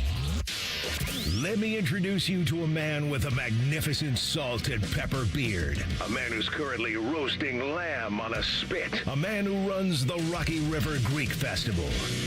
That man is Jake Trotter. Sponsored by Window Nation. Get 50% off all window styles plus no payments for 2 years. Visit windownation.com. All right, buddy. I remember we were doing 20 Most Interesting a couple of years ago, and we had on Oklahoma Sooners were on the list, and we had on a Sooner beat writer, radio host. I can't remember who it was, but I remember him saying this vividly.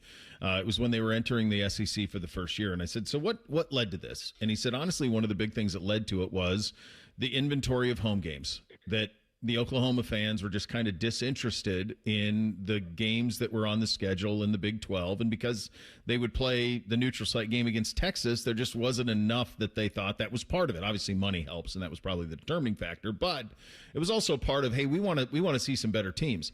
I bring this all up because Ohio State is going to currently has 6 ranked teams on their schedule. Texas has 6 ranked teams on their schedule, and we are in a trend. And Ross Bjork said this last week when we were talking to him, where he's having a hard time getting anybody to schedule him out of conference in 2030 because everybody's kind of going the Indiana way. Which way do you think this all goes? You've been around college coaches a lot. You've covered some of the biggest programs. How do you think this inevitably goes? Because we were told when we went to 12 and inevitably to 24 that this would allow for more robust scheduling. But will the proof be in the pudding on that? Great question. I think it's vary. I think some teams are going to take the Ohio State route where they will play that one big blockbuster non-conference game. And I think some teams are going to take the Nebraska and the Indiana route where you're playing group of sixes and FCSs. You still have some of these rivalry games. So, for example, USC and Notre Dame are gonna play again when it looked like that series was going to go away. But I think it's just going to depend on the school, and then I think also, if a big team, let's say Ohio State loses to Texas, and that's the determining factor, and then not getting in the playoff this year, then maybe they rethink that strategy. Or maybe you lose to Texas and you get in because you played that game. There's so many unintended consequences of, potential playoff expansion that I don't know if anybody knows exactly how it's going to play. And then also, I think different schools are going to have different strategies for how to combat it, if that makes sense. It does. And I think the other thing that we need to see is we need the committee to actually reward tough scheduling.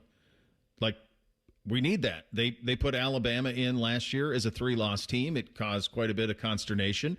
But if, for example, you're Indiana or you're honestly, the best example this year is Penn State, Jake, because, you look at that. It's hard to imagine them not going 10-2. That seems very much in play. I guess I could see them going 9-3 if they lose the game that they shouldn't. But 10-2 is in play for them. And then you look at the schedule and you go, okay, what was accomplished here? So it's going to take some real doing, I think, from the committee to reward the teams that schedule the way Texas, Oklahoma, Ohio State, Michigan schedule.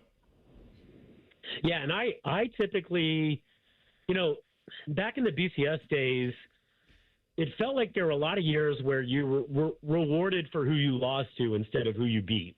Mm-hmm. So if you had a good loss, that seemed to count more for your standing versus, the wins that you actually had. For me, it's all about who you beat. If you lose, you lose. And if you have a bad loss, you have to take that into account. Notre Dame, was it Northern Illinois? Who did they lose to a couple years ago? It was Northern Illinois they lost to at home. Yeah, Northern Illinois. Year one with Marcus, yeah. Yeah. So obviously that's a really bad loss that you have to overcome. But to me, I'm more impressed if you go on the road and beat Texas versus, having the good loss. So, I mean, again, there's a little bit of subjectivity to this. But to me, I think I'm going to look more favorably on the teams that have the tougher schedules, even if that means they have an extra loss in there. Do you think we get to a point, I was talking about this earlier in the show, I'm curious your thoughts on it, because you've covered both, like I have, NFL and college, and I said this, the Rams don't expect to go 17-0.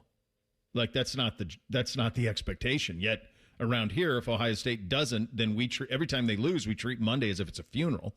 And Ryan Day said, look, all I got to do is win every game I play. And that's similar mentality at Oklahoma and other places around the country. With a 24-team playoff seeming inevitable, do you think we will ever get to a point where college football fans accept losses? No. I hope not. No. I hope not. No. Yeah, I mean, like, you're right. You lose in the NFL, and it's like, all right, you got another game. Like you said, even the teams with the biggest expectations, they're going to lose. They're going to have some bad losses, inexplicable losses. They're going to have some meltdowns in the fourth quarter. All that's part of the NFL. What matters is how you play in the playoff. I don't think we're there with college football. I mean, there's just certain things with college football that are different. You don't have to worry about, with the exception of the Clippers, in professional sports, paying players under the table. It's just not like a thing. But in college football and college sports, it feels like there's no way to stop it. So it's just a different mentality, and part of that is, especially at places like Ohio State, losses are just unacceptable. Doesn't matter what the playoff is. It doesn't matter how many games we play. For the fan base, there's just this, for lack of a better word, entitlement to winning every game. And that's why Ohio State is the program it is. And that's why there's only, 5, 6, 7 programs that are on that type of plane. Yeah, no, it's a really special club, and I hope it stays that way, because I love that. I love the absurd overreaction to wins and losses. I love all of that about college football. Talking to the great Jake Trotter, senior college football reporter at ESPN, joining us on the Bryant Heating and Cooling Systems fan guest hotline. We're inching closer to kickoff here and getting the season underway. As you've started to do, kind of looking into the various teams that you'll be paying attention to this year, are there some storylines that have piqued your interest that maybe aren't getting the national attention that you think that they will once the season gets going? Under the radar storylines. Put me on the spot here. Well, I'm going to ask you about Brown's quarterbacks in a second. You can. I'll let you. Go ahead. By the way, I was listening to you and Nathan. Was it yesterday? Yeah. And you guys did not sound like you were having a good time. You sounded we like did not offense. sound like practice was going very well. Z and I like offense, so when it doesn't go well, it was not it's a lot reflected. of offense, huh? Yeah. So I'll give you an example. Here's two that are in your vicinity that I know you've been to. Bryce Underwood with Kyle Whittingham. What does that look like? Because I think the golf on Michigan's big. I think that's the I do think it is nationally. Nationally, it is. Here locally, no, we're locked into it. But nationally, no one's really talking about that and the idea that Kyle Whittingham is coaching at Michigan. It's not getting quite the national talk that I think it probably deserves. Well, and I think Bryce Underwood in general, he went out to California and worked out with Joe Burrow and Carson Palmer's brother to try to get, sharpen up some of his fundamentals. I mean, he's a wonderful talent, but there is a scenario here where it doesn't click for him, and all of a sudden they're in bad shape at quarterback again. I mean, he made some plays last year, but you look at his numbers, and they weren't very great. And they did not have a very, I think, functional offense, relative to the top teams in the Big Ten. So, I mean, you talk to some scouts around the league and in the country, and there's a lot of mixed opinions about Bryce Underwood. It's not like everybody feels like he's just going to be a superstar this year. It's a huge year for him because, if he struggles again, then all of a sudden, Michigan is kind of in no man's land again with, the direction in their offense. Because I don't know how long do you think Kyle Whittingham's going to be there for? No more than 5. Right, exactly. So they ever since they won the national championship, they've just been kind of wandering. They've had all the scandals. They didn't even really recruit Underwood that hard until last minute, which was really strange considering, he played at Bellevue, which is 20 minutes away from Ann Arbor. It's like, if there's a superstar quarterback in Pickerton in Ohio State, we're good. We don't care. Yeah, I don't know. Yeah, I mean, it was just that whole thing was really strange. In fact, I don't think Sharon Moore ever visited his high school. So my hunch is that was Harbaugh not interested in all that came with that, and then they went to Moore, and then he needed a recruiting win in a big way, so he called in some people to make sure he got one. That's my read of that. Yeah. Okay. Well, I mean, I just don't. Yeah. Why would he not be interested? Harbaugh? Yeah. I think because of the price tag and all of that. I don't think that he was interested in all that came with it. Yeah. Well, I mean, there was a lot of hype, and that can backfire on you. But I mean, you see him in person. I mean, he is legit 6'4", 6'5". Yeah. I mean, he obviously can run. But they've got Detmer and Jason Beck and Whittingham. I mean, you almost have to throw out last year with him because it was such a mess, and not just with the off the field stuff. I don't think he was coached very well. They didn't really have a quarterback coach, which is kind of strange, and they just did a lot of weird things. Their best receiver, Andrew Marsh, didn't even play until mid-October. And they didn't have any receivers to throw. I mean, everything they did was really strange. Yeah. I have no idea. I think competently coached, who knows what they could be. I don't think they were competently coached last year. And they still had a pretty decent team. Yeah. No, that is a fascinating one. All right, I'll give you 30 seconds on the Browns quarterback question. Okay, break it down for me. Go ahead. What's up? I think Todd Monken is making a choice. He can either choose, can he get Deshaun Watson to become less risk adverse and drive the ball down the field and believe in what he sees and trust his arm, or can he get Shedeur to get in line in terms of just operation and to take less risks down the field? So that's, to me, what Todd Monken is deciding between. Does he? And it feels can he get Deshaun to that point, or he can? Now. What's that, buddy? It feels like neither option is feeling that great at the moment. Fair? Neither answer is complete. Yeah. Neither answer is complete. If you were looking for one of them to start. Watson's going to start. This is a scenario that is really interesting for them. So they've got 2 tough games. They got Jacksonville and Tampa. They're not going to be favored in either one. They're a good chance they lose both. Okay, you're 0-2. You come back to Cleveland and you play the Panthers, and if you throw a pick in the first quarter, I don't know how that fan base is going to take that. You do know how. They just might be out. Well, they still might. Yeah. They will be completely out at that point. And so when you're doing weird things like you can't introduce the offense because of your quarterback and pregame, it's just problematic. But hey, they've got some interesting skill talent finally. Yeah, they got some weapons. So whichever guy plays, in my hunch is they'll both play. So you're going to get a pretty good. At least you get a fighting chance with those weapons. All right, buddy. We'll do it again soon. All right. See you, Bo. All right, there he goes. Jake Trotter, senior college football reporter at ESPN on the Bryan Heating and Cooling Systems Fan Guest Hotline. We'll do Thing or Not a Thing up next. Bishop and Friends right here on the Fan.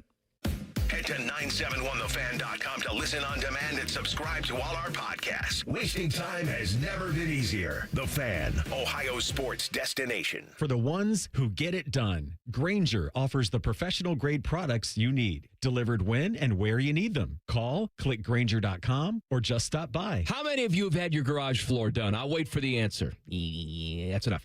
How many of you think it looks like crap? That's because it is crap. One quick call to Comer & Cross Concrete Floor Coatings at 1-800-NEW-FLOOR, and they can install a gleaming new Comer & Cross garage floor in one day.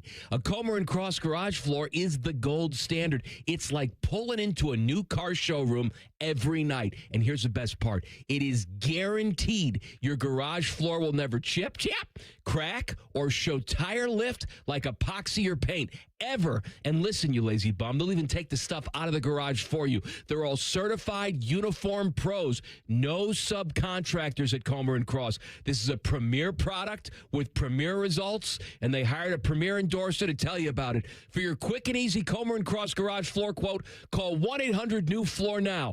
That's 1-800-NEW-FLOOR, or go to comercross.com, C-O-M-E-R cross.com. Is 2026 the year you achieve your health goals? The Good Feet store wants to help. Trade in your bad feet for good feet. We want to help you walk, run, exercise, and play in comfort this year. Visit the Good Feet store on Polaris Parkway near the Polaris Mall or on Stringtown Road in Grove City. Get in the zone, AutoZone. John always listens to his truck.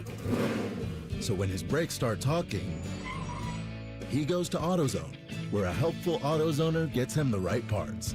If John has time to put them in, he borrows a kit with Loan-A-Tool. And if he doesn't, he gets a free shop referral. No hassles, just help. Everything you need, nothing you don't. Get in the zone, AutoZone.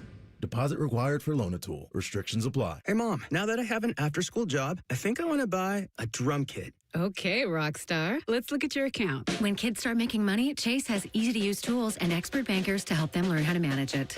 And next month, I'll buy the bass drum and the cymbals. Oh, and maybe some noise-canceling headphones for you. Aw, you've thought of everything. Help kids save, budget, and build financial independence, all with Chase. That's good for kids and good for parents. Visit your local Chase branch and get started. Account subject to approval. J.P. Morgan Chase Bank, N.A. member FDIC. When it's time to replace your roof, siding, or gutters, trust matters. That's why homeowners across Central Ohio have voted Newman Roofing City Scene Magazine's best roofing company 5 years in a row. Call 614-NEW-ROOF or visit newmanroofing.com today to schedule your free estimate. This is Gordon Miller from Miller Lending, the original home of the no-cost loan. With mortgage rates near their highest levels in almost 25 years, paying upwards of $15,000 to $20,000 at closing makes little sense, and Miller Lending wants to help. Now in our 40th year, our popular no closing cost program lets you simply close on today's rates, free of all mortgage-related costs, and refinance as rates fall. So why not pick up the phone for your no-cost quote today? 877-9-NO-COST. That's 877-9-NO-COST. Or simply apply online at nocostmortgage.com. Something big has just dropped at Hothead Burritos. Introducing barbecue pork carnitas. Juicy, mouth-watering pork carnitas. Our limited-time new citrus chipotle barbecue sauce. Savor the summer flavor. Hothead Burritos. Get up and get you some. Coghlan Kia of Dublin is now open, and we're offering grand opening savings at all 4 Coghlan Kia locations. Get 0% financing on select new 26 Kia Sportage and Sorrento. Pay 0 out of pocket when you lease a new 27 Seltos or 26 Sportage for $375 a month for 36 months. Get grand opening savings at Coghlan Kia. Coghlan has the car for you. With approved credit, 0% for 48 months equals $20.83 per 1,000 finance through Kia Motor Finance. Leases include 10,000 miles per year with 20 cents per mile over penalty. Excludes tax, title, and registration. No security deposit. See dealer for details and 831.26. Delaware County Veterans Services is ready to help you access VA benefits, emergency financial assistance, dental and medical grants, transportation, and more. Give Delaware County Veterans Services a call, 740-833-2010 to schedule an appointment. We at The Fan have created a show where you can be a homer, a hater, or whatever you want to be. Sunday mornings at 8. It's the Fan Call-In Show, presented by the Sportsbook at Hollywood Casino Columbus. Must be 21. Gambling problem? Call 1-800-589-9966. All your favorite fan shows are available when you want them. Head to 971thefan.com and hit that subscribe button. The Fan, Ohio sports destination. Our top men are working on everything except this show. We have top men working on it right now. Who? Top men. You're listening to Bishop and Friends. All right, time for a little thing or not a thing on a first Friday. Hit it, fellas. Thing or not a thing. Sponsored by Billiards Plus. Find your next grill and everything you need for the master griller. Billiards Plus on Dublin Center Drive in Dublin. By now, you've likely seen one of several fights from yesterday's Cowboys-Saints scrimmage. If you haven't, at 971 BFS, I will post the video of Scott Steiner's son giving Cowboys safety Jalen Thompson a pretty picturesque German suplex. Hold on a second. The Scott Steiner's son? Yeah, Big Papa Pump's got a kid on the Saints. Come on. Yeah. Really? He pops his hips pretty well in that German, considering they're both wearing pads. Wow. I think he was a wide receiver that played for Jacksonville State. Jacksonville State, that's the college. I'll be danged. So, holler if you hear him this season for New Orleans. There were reportedly double-digit skirmishes throughout that session yesterday in California, meaning there was an interruption about every 10 to 15 minutes. Speaking after the fracas on Wednesday, Cowboys head coach Brian Schottenheimer told reporters, quote, "Right now, I'm in charge of Fight Club. We're going to play on the edge, and we're not going to take bleep from anybody." He adds, at the same time, I don't think the Saints were the only ones stirring up the bleep.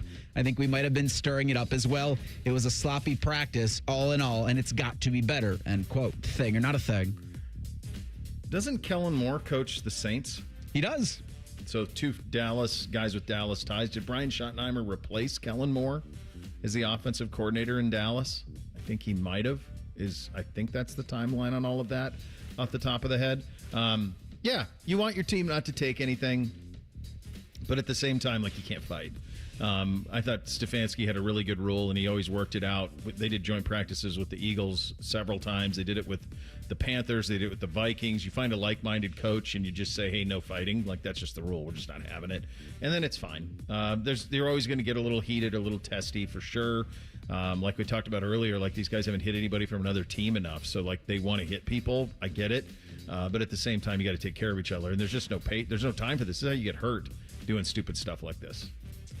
That one yesterday seemed to be one of the worst ones that I've seen, and it went on forever. Yeah.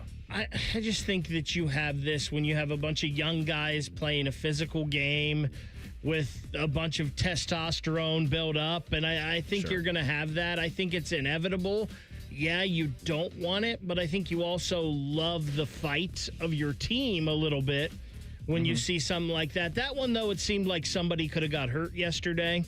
And I don't think that there's any doubt that one Brock Rechsteiner is going to be joining his cousin, Braun Breaker, in WWE pretty soon. Oh, so he's already got a cousin that's in it? Yeah, so Rick's son actually played football at Kennesaw State. He was a starting running back. Okay. And pretty good. And I think he went to camp with the Baltimore Ravens. Okay. And he might have got hurt in camp, and that ended it all for him. He ended up going straight to WWE. Soon to be former Los Angeles Lakers owner and possible financial crimes committer Mark Walters reportedly been looking for cash to fund billions of dollars in loans over the last couple of months.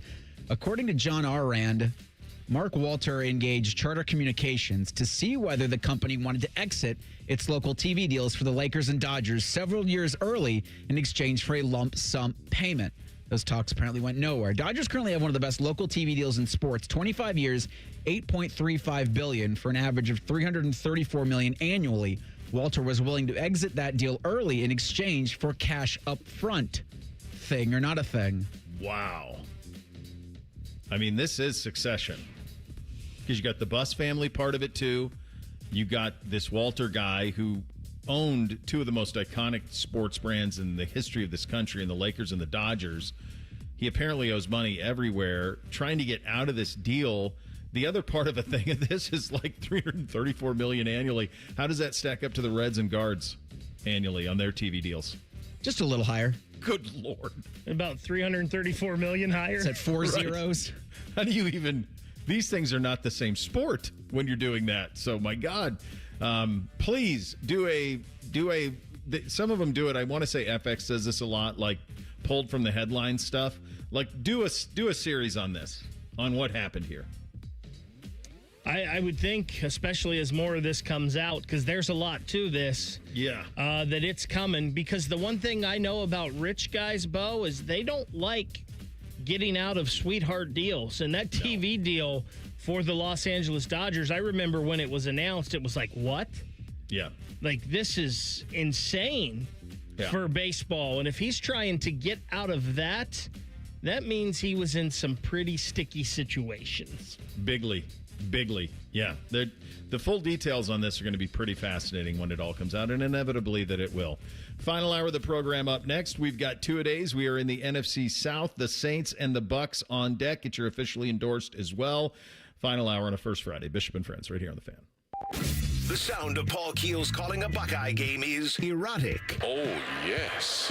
Your home of the Buckeyes, The Fan, Ohio sports destination. Hey, what's up? It's T-Bone. Tired of snoring? Sleep Better Columbus can help with a custom mouthpiece that opens your airway and stops the snoring. No mask, no noise. Call 1-800-MORE-SLEEP or visit sleepbettercolumbus.com today. Stop snoring, sleep better, live better. I'm Leslie from Pella Columbus. And I'm Wilson from that other window place, here with a happy customer. Wilson's trying very hard. Thanks, Mom. I mean, Margaret. Wilson, is this your mom? Yes. Mom. Wilson, your mom should like your windows. Oh, I wouldn't know. We actually have Pella windows. Mom! They've really lowered our energy bills. I'm going to go wait in the car. Get the windows that homeowners rated the leading window brand in Columbus at PellaColumbus.com. Hey, Buckeye fans. As the official wing sponsor of Ohio State Athletics, Roosters is kicking off an incredible giveaway you won't want to miss. This football season, we're giving away 12 ultimate Buckeye experiences. 3 drawings, 12 winners with prizes including tickets, sideline passes, and 3 trips to a Buckeye first-round postseason game. Go to roosterswings.com to register and see all the details. 3 drawings, 12 amazing prizes. Register today and every day. Roosters, a fun, casual joint. Hi, I'm Dr. Kandula, founder of Advent. We know that when you breathe well, you live better. Just ask our patient Andy. As long as I can remember, I've had issues breathing through my nose. Since starting this journey and having this procedure done, day-to-day life has just gotten better. I'm able to do all the things that I want to do without having to think about breathing. I breathe through my nose. I sleep through the night. I don't wake up with headaches. Advent can deliver long-term results in about 20 minutes with simple in-office procedures. We diagnose and treat the root cause of nasal congestion, sinus pressure, sleep apnea, snoring, and allergies. 96% of patients with severe nasal breathing issues report improvement, and most major insurance plans are accepted. Best advice I can give anybody that has sinus sleep issues, just get it checked out. Go in and have someone take a look at it. It's 100% worth it. Welcome back to That Lux Life. It's your boy, Will Winmore. Today's guest, the Millionaire Ball from the new Ohio Lottery Daily Draw game, Millionaire for Life. Hey-o! So if a player matches 5 numbers and the Millionaire Ball number, they win $1 million a year for life. Hey-o! Or $100,000 a year for life if they match just 5. Hey-o! Millionaire for Life is the game. Millionaire Ball is his name. Play Ohio's newest daily draw game for your chance to win for life. Players are subject to Ohio laws and commission regulations. Play responsibly. Hey, it's Bobby Carpenter, and football season is here. Time to score big at Germain Toyota of Columbus. Whether you're hauling the tailgate or heading to the big game, drive home in a tough new 2026 Toyota Tundra with 2.99% APR financing for up to 72 months. Or call an Audible and lease the 2026 Tacoma SR for just $349 a month for 36 months with $39.99 due at signing and 10,000 miles per year. Make this your championship drive at Germain Toyota of Columbus. Right off I-70 and Bryce Road. Visit GermainToyota.net today. Hi, I'm Patty, founder of Awesome Tex. I started with a big idea to give old clothes a new life by turning them into recycled fibers and threads. Everyone told me that this was going to be impossible, but Chase for Business believed in me. They gave me a lot of guidance from the beginning. Get financial guidance from bankers in the Columbus community and convenient digital tools all in one place. Learn more at chaseforbusiness.com. Make more of what's yours. Real customers compensated. JP Morgan Chase Bank, and a member FDIC. On this episode of Science Stuff, we're examining the fastest things on the planet, like the cheetah. It can reach a land speed of over... probably having an off day happens to everybody, but here is the American race car. People love the thrill of the Okay. Next up is the Falcon. No. All right. Oh, Great Caesar's ghost. What was that? Why, I think we've found the fastest. Let's watch in slow motion. Hi, it's Alex, the friendly Apex. It's Apex Pros. The pros who knows. They're the fastest thing on the planet. When you have a problem with your plumbing, furnace, air conditioner, or electrical system, Apex Pros gets to you faster than apparently everything. Leaves are blown from trees. Paint is stripped from buildings. Mothers clutch their children's hands. Because when you have something broken in your plumbing, HVAC, or electrical, you don't want to wait. Columbus loves Apex Pros. ApexPros.com. Hey, it's T-Bone again. Sleep apnea doesn't have to rule your nights. Sleep Better Columbus has been treating snoring and sleep apnea for over 15 years with proven results and now has an office open in Marysville. Call 1-800-MORE-SLEEP or go to sleepbettercolumbus.com. Stop snoring, sleep better, live better. Broadcasting live from the McDaniel GM Superstore Studios, driving excellence since 1916. Chevrolet. Together, let's drive. WBNS HD1 Columbus. Good morning. I'm Eric Reeser. College football guru Phil Steele has Ohio State with the sixth toughest schedule in 2026. The top-ranked Buckeyes play 3 teams in the top 10, 5 total from the top 25, including a trip to number 5, Texas, in 25 days, Saturday, September 12th. The Longhorns got some great news regarding left tackle Trevor Gooseby, who left practice Monday with a left knee injury. An MRI returned a bone bruise in that knee, putting the 6'7", 320-pound tackle on the shelf for 2 to 3 weeks. He should be ready for that game against Ohio State, week 2 of the college football season.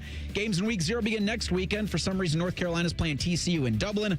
Week 2 of the NFL's preseason begins Thursday, but the Browns host the Bills Saturday. Bengals welcome in the Bears the same day. In baseball, Wednesday, Guardians host the Giants at 6:40. Same time in Cincinnati, the Reds battle the Cardinals. This update is sponsored by Hydrate Me Med Spa. Look great, feel great, personalized wellness and aesthetic treatments that work from the inside out. HydrateMeMedSpa.com. 10 feet tall and bulletproof isn't just a saying, it's a way of life. You're listening to Bishop and Friends. All right, final hour on a First Friday Miracle edition of the program. Get your officially endorsed coming up in about 45 minutes from now. Time now to continue our journey through the National Football League with Two-A-Days. Bishop and Friends present Two-A-Days, our professional preseason preview of all 32 teams. Will your favorite team win it all this season? Doubt it. Well, Here's the long and short of it. The Crib Notes version of the NFC South, although be careful with my mouth on this. It cost me a set of golf clubs for NBC last time I was so bullish, or the opposite of bullish, I guess, bearish on the NFC South. I don't think any of these teams are contenders for anything, and I think in many instances these are all kind of like trying to figure out what they are. You could make an argument, certainly with the team we're going to lead off with, the New Orleans Saints, that they kind of have everything and maybe they have the quarterback. But if they don't, they would certainly be a team that would off-ramp to a tank very quickly if Shuck falls on his face this year. This was a 6-11 team last year. Kellen Moore is your coach. They did get a little momentum as the season went along. There is a ton of talent on this team, certainly when it comes to the offensive skill position players. And obviously Jordan Tyson, they add him, although he did get hurt early on in camp, but they added him to a mix that looks like it could be pretty good. Beyond that, you have Travis Etienne to the weapons that are already there. A sneaky signing I like for them is Martin Emerson, former second-round pick of the Browns. He's a really good player. He's coming off an Achilles, but he's one of the guys, quite honestly, that I wish the Browns would have re-signed back because I think he could have helped them a little bit with their secondary issues. They've added talent. They have weaponry. It's really going to be an indictment on Shuck entirely. Some big losses. DeMario Davis obviously leads those. But other than that, this is a program that is in the build phase, and I do think that the Saints coming out of Breeze, the Bucs coming out of Brady, Carolina kind of finding its way, and maybe they found something with Bryce Young, and they hope that they did with the way he played last year. Remember, he was benched to start last year and then found his way back. And then obviously the other team here is the Bucs that are in this weird spot with Baker Mayfield trying to figure out if they want to go down that road another 5 to 6 years. I don't know what to make of this division. I think a team could win it at 9-8. I think that's very much could be in play. I don't think there's a great team in the bunch. This New Orleans outfit, New Orleans is in a very interesting place, especially post-Katrina. They probably don't need to have an NBA team. That is probably one that probably need to go in another market. But I'm going to tell you this, and I've spent more nights in New Orleans, Louisiana than any city other than those that I have lived in, like had residence in. I've spent probably 50 nights of my life in New Orleans. And I'll just tell you this. I've been there on a Sunday morning for a Saints game. They love the Saints. Love them. And are loyal to them. And when Drew Brees was there, that was the thing to do, man, was Saints games. And it's a really cool environment. They walk kind of to the Superdome. They have this incredible tailgate, as you could imagine, with the food and the cocktails and all of that. And they love their Saints. And so when they're good, they certainly have that state by the throat, let alone that city by the throat. I don't know what to make of them this year. This is entirely a bet on Shuck and if he can be good or not, if he can be their franchise quarterback. If not, they can pivot this thing and draft at the top of the draft and would probably be in a very, very good spot. The skill position guys, Tyson, Olave at receiver. Obviously at running back, you got Etienne back. I see Alvin Kamara is going to miss a couple of months now with an injury, so you're going to have to wait on that a little bit. They're decent at tight end, pretty decent up front. It's just kind of about Shuck and if he's a dude. Defensively, they're pretty good too. They're not in a bad spot there. So they're just young, they're growing, and it's just a matter of if they have the quarterback or not. That's kind of the simplest read on New Orleans for me, guys. The older I get, the, I guess, grumpier I get about tanking and the discussion around it, even though I've said for years, like, oh, this team needs to tank or that team needs to tank. And then I go, no, you're a $1 billion operation. No, you don't tank. Don't try and go out there and lose. And again, I think it's just me getting older. And you also forgot Brock Reichsteiner, who will German suplex you, number 89 for the Saints, and then put you in the Steiner recliner.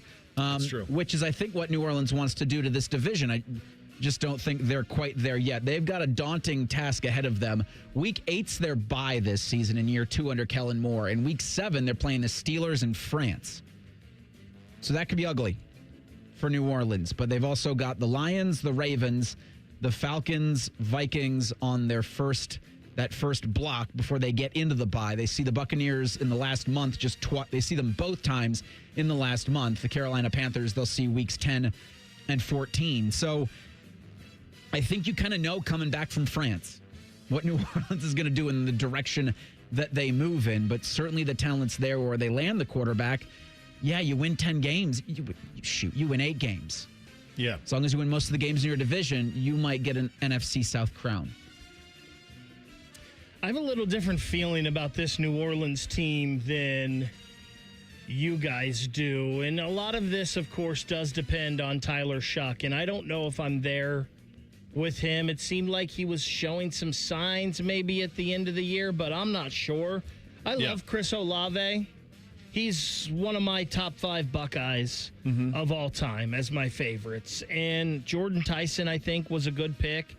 And I've loved Alvin Kamara in the NFL, but he's getting older. And you just mentioned he's going to miss at least the first month of the season now.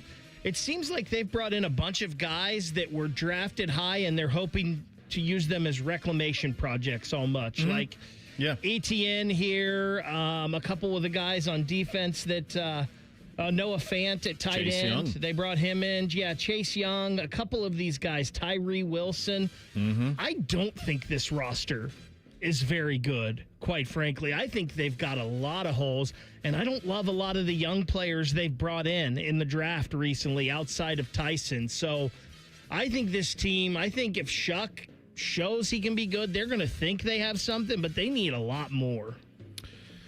They do. The division is, that's why the division's tricky, because it might not take much to win it. I think what gives them a little bit of confidence in Shuck is that 3 games, they won 4 in a row with him. He didn't get the starting job until the end of October, and he won 4 in a row in December. He beat the Bucs 24-20, 13-20, 144, just a pick. He beat Carolina 20-17. He went 24-32, 272, a touchdown, no picks. He beat the Jets 29-6, 32-49, 308, and then he beat Tennessee 34-26, 22-27, 333, and a couple of touchdowns in that one. So that's what they are hoping for. For them, if they are bad and Shuck's the answer, that's catbird seat, because now you can trade back and get multiple picks. So this is really a Shuck.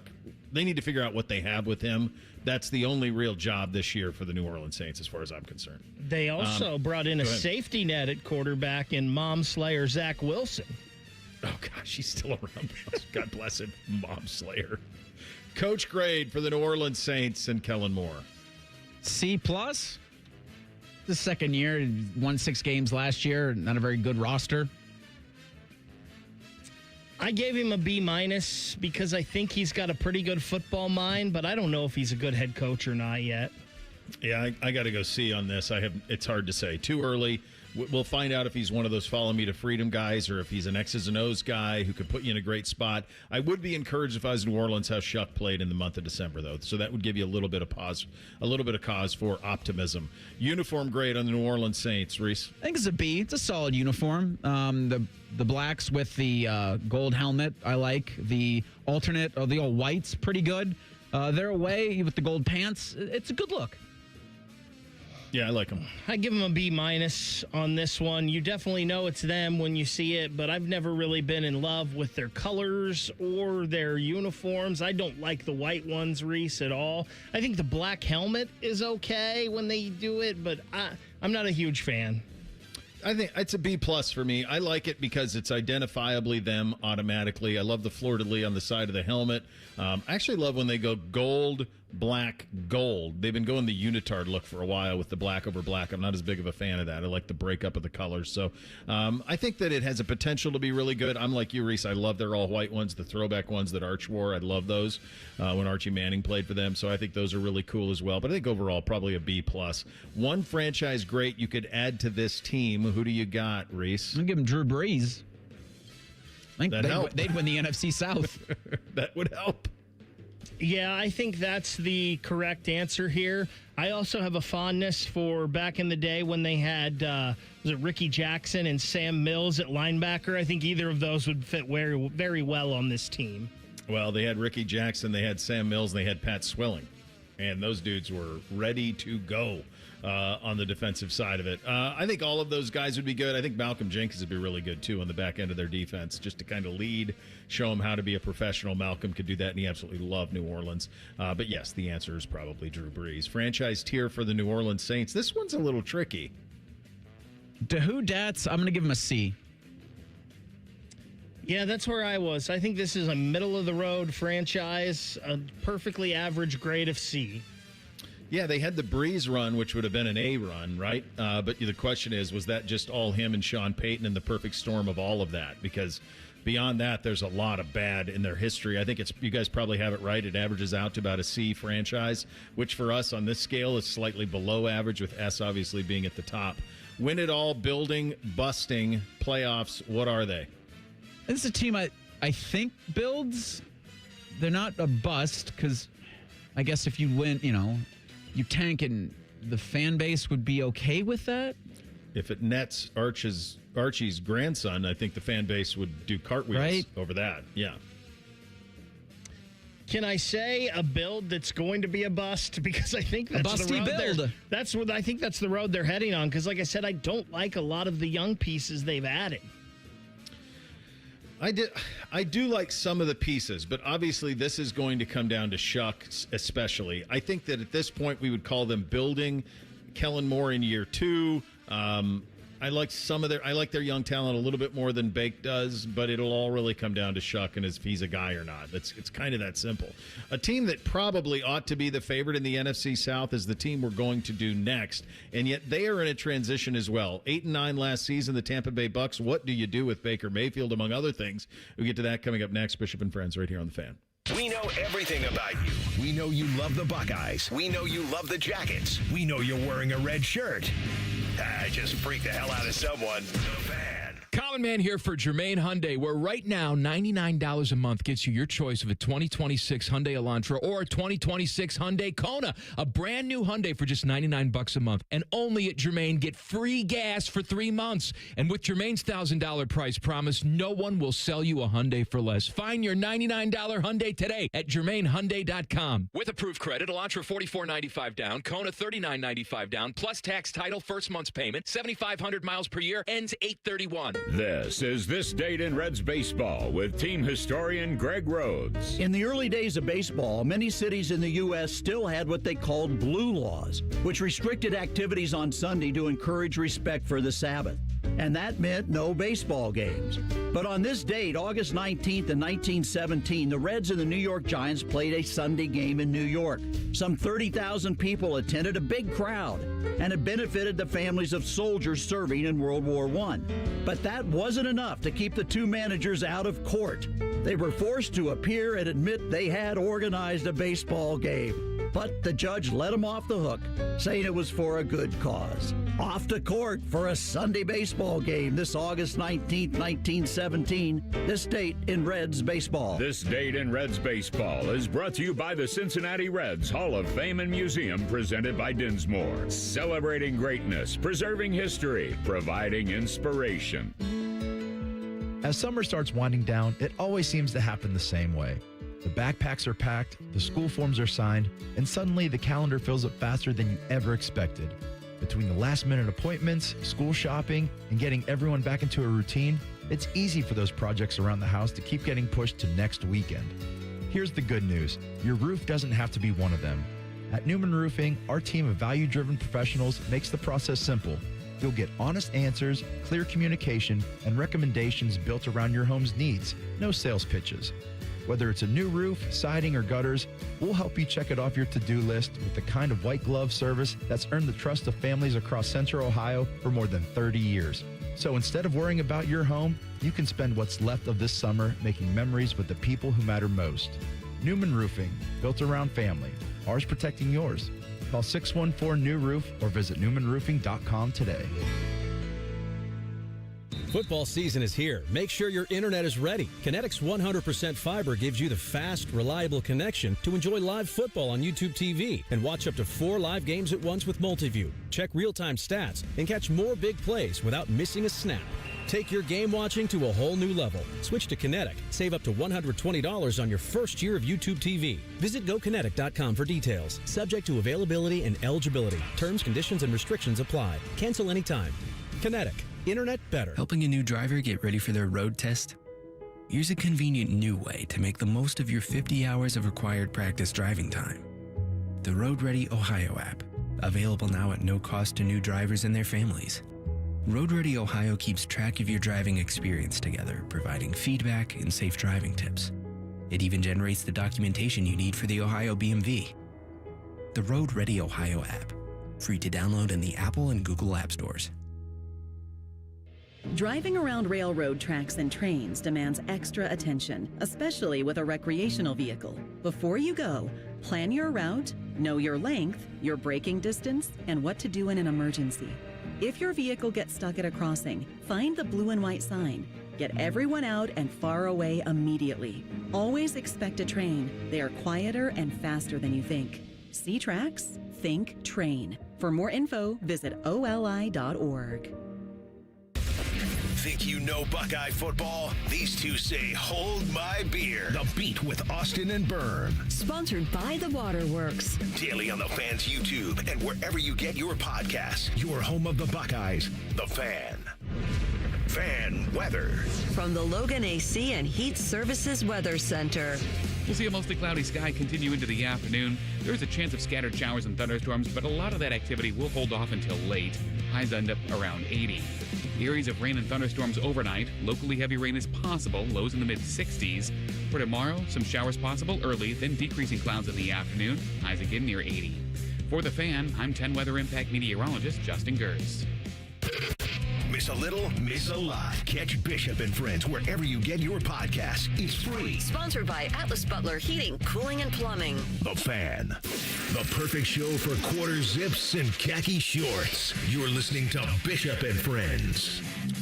All right, we continue with two-a-days in the NFC South and the Tampa Bay Buccaneers. These guys have been the standard of this division in recent years, although last year they did not win it. Thanks a lot. They went 8-9, kind of crumbled down the stretch, and to me feel like a team in complete transition mode. I don't know what they could do. To me, they're a franchise that's heading down the road. They can kind of stay a course, and the end game probably isn't that spectacular, or they can off-ramp and kind of try to rebuild this thing on the fly. Be careful what you wish for. They were 8-9 a year ago. They bring in some great leadership. Guy like Alex Anzalone, who was a great linebacker in Detroit for the Lions. He comes in to kind of bolster that defense. They were pretty good in the draft. Ruben Bain, they get him at 15 overall, which to me felt like a little bit of a steal. That kid's just a baller. I don't really care about the length of his arms. I think he'll be fine in the NFL. I like Josiah Trotter in the second round as well. The key losses are heartbeat of the organization losses. Mike Evans and Levante David. I mean, Mike Evans is an iconic Tampa Bay Buccaneer. Levante David is an iconic Tampa Bay Buccaneer. So you've lost that portion of it. So this is kind of that thing where they, to me, feel like a team that has one foot in, hey, let's go win the division, and another foot in, hey, let's kind of start over with this with some of the young talent that we have. And to me, this just comes down to, do they get off to a good start? If they do, perhaps they ride it out. If not, maybe they punt and go a different direction and move off of Baker Mayfield. But regardless of which direction they go, the Baker Mayfield thing will loom over this entire season for them, because they are in the position that the Cleveland Browns are in with Baker, which is he's good enough to be your starting quarterback, but is he good enough to elevate you beyond that? If you dream of winning a Super Bowl, he's probably not the quarterback for that. He's probably the quarterback that can get you to the playoffs, win a division, in some instances even win a playoff game. He's done it there. He did it in Cleveland. But there's a ceiling on it. And so that's kind of what this season is going to be about to me for the Tampa Bay Bucks, is which lane do they stay in? Do they stay in the let's contend, let's win the division, or do they say, hey, let's blow this thing up and kind of start over? Yeah, this year 5 for Todd Bowles, and it does feel like, the 5-year mark is where I think an organization will look at their head coach, who's finished first in the NFC South 3 times. The divisional round in 2023 was the furthest they've been. They lost both the other years. They made the playoffs in the wild card round. And then the second, like you had mentioned, in the NFC South, because the greatest team on God's green, the Carolina Panthers, won that division last season. With Baker, with Bowles, maybe those two are out at the same time, and Tampa kind of resets with a young core of Ruben Bain, Emeka Egbuka, and then tries to figure out, this could be a transformative season for all 3 teams in the NFC South, and the Buccaneers feel like they're on the quickest path, like a Week 10 bye for them. I could see them 4-5. I could see them 7-2. Because that's just kind of, that feels like the player, or even 2-7 because of the Baker Mayfield effect. Where he's playing out of his mind the first 2 weeks of the season. It's the Bengals and Browns. And he's talking about a revenge game or something like that for Cleveland. That's it's happening, like, I don't know, we'd be doing that. Like, hadn't it been long enough? The greatest team on God's green. I like that one a lot. Just for the Carolina Panthers. That's good. Keep pounding, baby. This seems like a team to me that was 8-9 last year, but it seems like the injury bug really bit them hard last year and hurt their chances a lot. They bring back pretty much their whole offense minus Mike Evans. And where we just talked about the Saints and some of the young guys they've brought in, I actually like a lot of the guys the Tampa Bay Buccaneers have brought in through the draft the last couple of years. And you may have been like, well, why would they draft Emeka Egbuka? They just drafted Jalen McMillan, and they've got Mike Evans and Chris Godwin. Well, Godwin's always had injury concerns, and Mike Evans is gone now. So it was a really good draft pick. Ruben Bain fell in their lap in the draft this year. Kalijah Cansey has been good for them. I know Vita Vea's been there a while, but that was a good. So I like what they've done. I think the talent on this team is there. I think last year, like I said, I think the injuries just hurt them. I think they're better than 8-9, and I think this is the best team in the NFC South. It probably should be if they stay healthy. But so then what do you do? What do you do if you're them? Like, if you're running the Tampa Bay Bucks, what do you do? Would you give Baker Mayfield $50 million? This is the exact question the Cleveland Browns had not too long ago. I don't do. I love Baker Mayfield, and I guess it's a cautionary tale because I would have rather had Baker Mayfield the last 5 years than what the Cleveland Browns have gone through, and I know that relationship was fractured, and maybe it never would have worked, but I would have liked having Baker as my quarterback than what they've had. I don't think you can give him $50 million. I don't know, man. Joe Flacco was pretty fun. But I think you're right. You can't give him $50 million. And that's why I point like the Week 10 bye, because then you kind of got a great middle of the season barometer of, all right, what are we doing? I know these athletes don't owe teams anything other than to play for, play for their contract. Yeah. But if I was Baker Mayfield, and I always thought this when he was in Cleveland, be a little self-aware. And you don't have to do this. You go out and get as much money as you can. I understand that.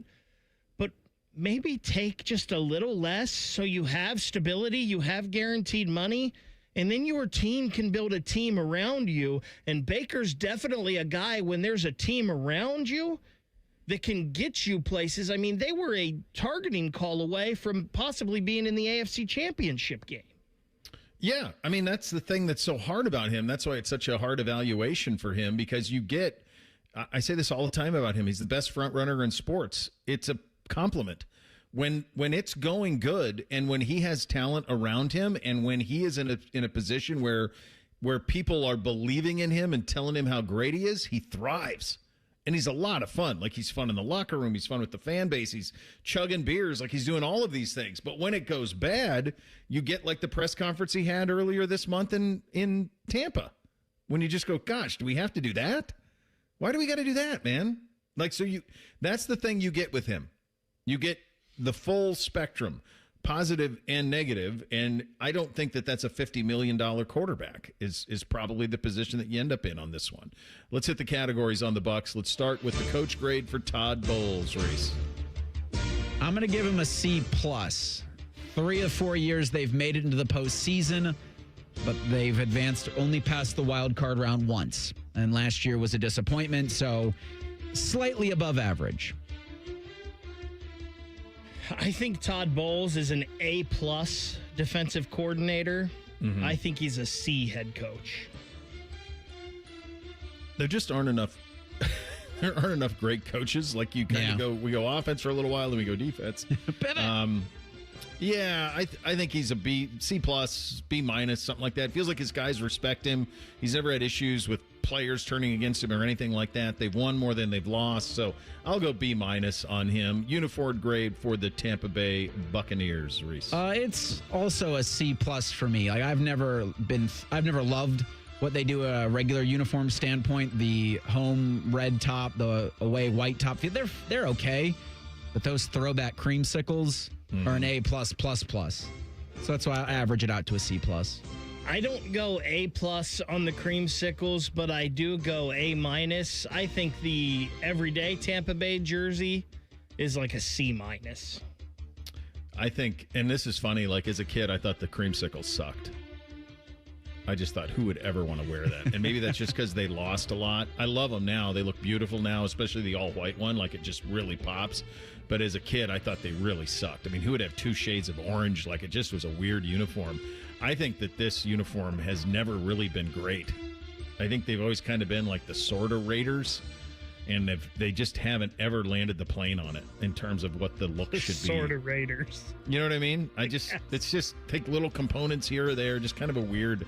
I think it's like a D+, C- uniform grade.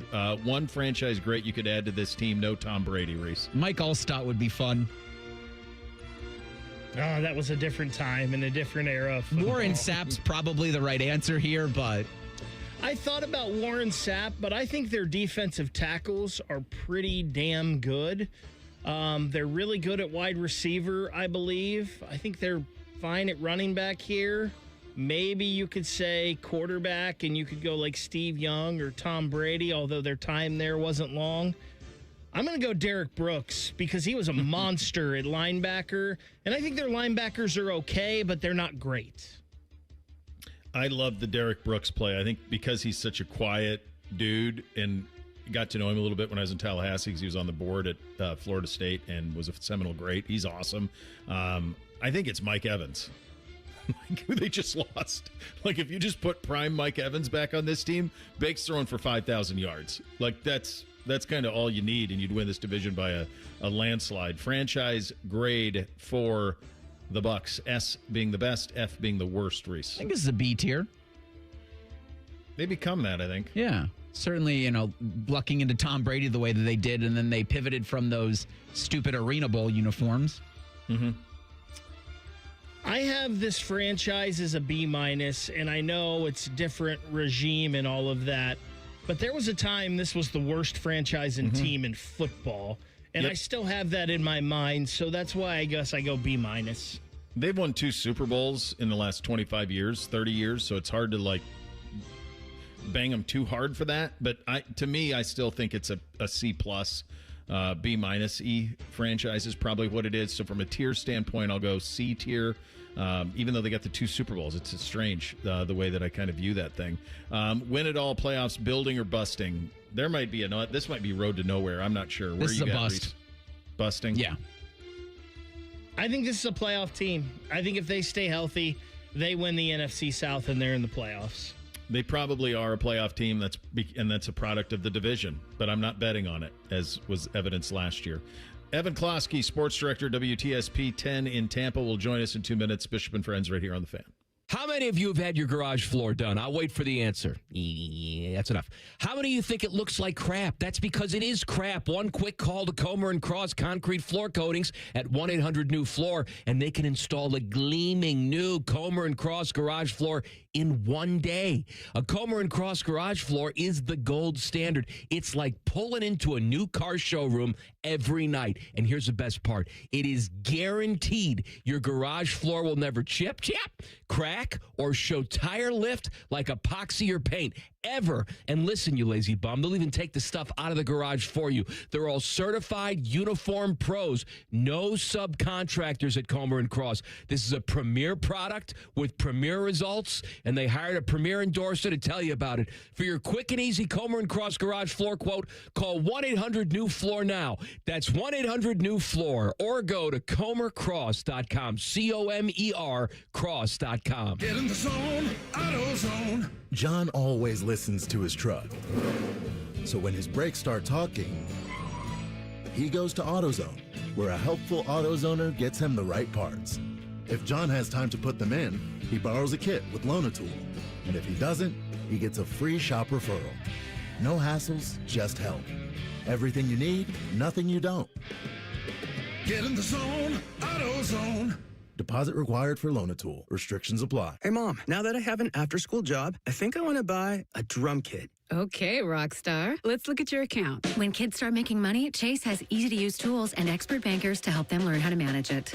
And next month, I'll buy the bass drum and the cymbals. Oh, and maybe some noise-canceling headphones for you. Aw, you've thought of everything. Help kids save, budget, and build financial independence, all with Chase. That's good for kids and good for parents. Visit your local Chase branch and get started. Account subject to approval. J.P. Morgan Chase Bank, N.A. member FDIC. The Fan Poll is sponsored by JT's Pizza and Pub, home of award-winning pizza and $2 tall boys. All day, every day. The best facial hair on the air. This is Bishop and Friends. So 25 years ago, when I was working in Tallahassee at the CBS affiliate, the best job in the state was at WTSP Channel 10 in Tampa, the sports director job there. That was the dream job in Florida. So it brings me great pleasure that a former intern of mine and a proud Buckeye named Evan Klosky now occupies that perch as the sports director of Channel 10 down in Tampa. Buddy, it's good talking to you. Congratulations on all your success. It's been a thrill from my perspective to see it, all of it very much earned. Let's get right to it. What do you do with Baker? Yeah, well, first off, Bo, you know you're my guy. I appreciate you, and thank you for everything you did at the start of my career there. As for Baker, you know Baker. All this stuff fuels him. The fact with the contract and having the attention on him, the chip on his shoulder, this fills up his tank. So, where I think some players, it'd be a lot of pressure and, oh, my God, I got to perform and this and that. The organization, they're not too worried about this being something that's going to hang over his head all season long. And then also from his perspective, this was a guy that played for $4 million in 2023. His career was almost over, relegated to, you're going to be a backup for the rest of your life. And then here he is kind of a handful of years later. He's going to make $40 million this year. He understands that he's in a really good position in his life. So I'm not too worried about Baker, certainly from a mental standpoint. And then just from an on-field standpoint, it comes down to, okay, is he going to be able to get back to what we saw a couple of years ago when he was with Liam Cohen? Obviously, last year he was super injured.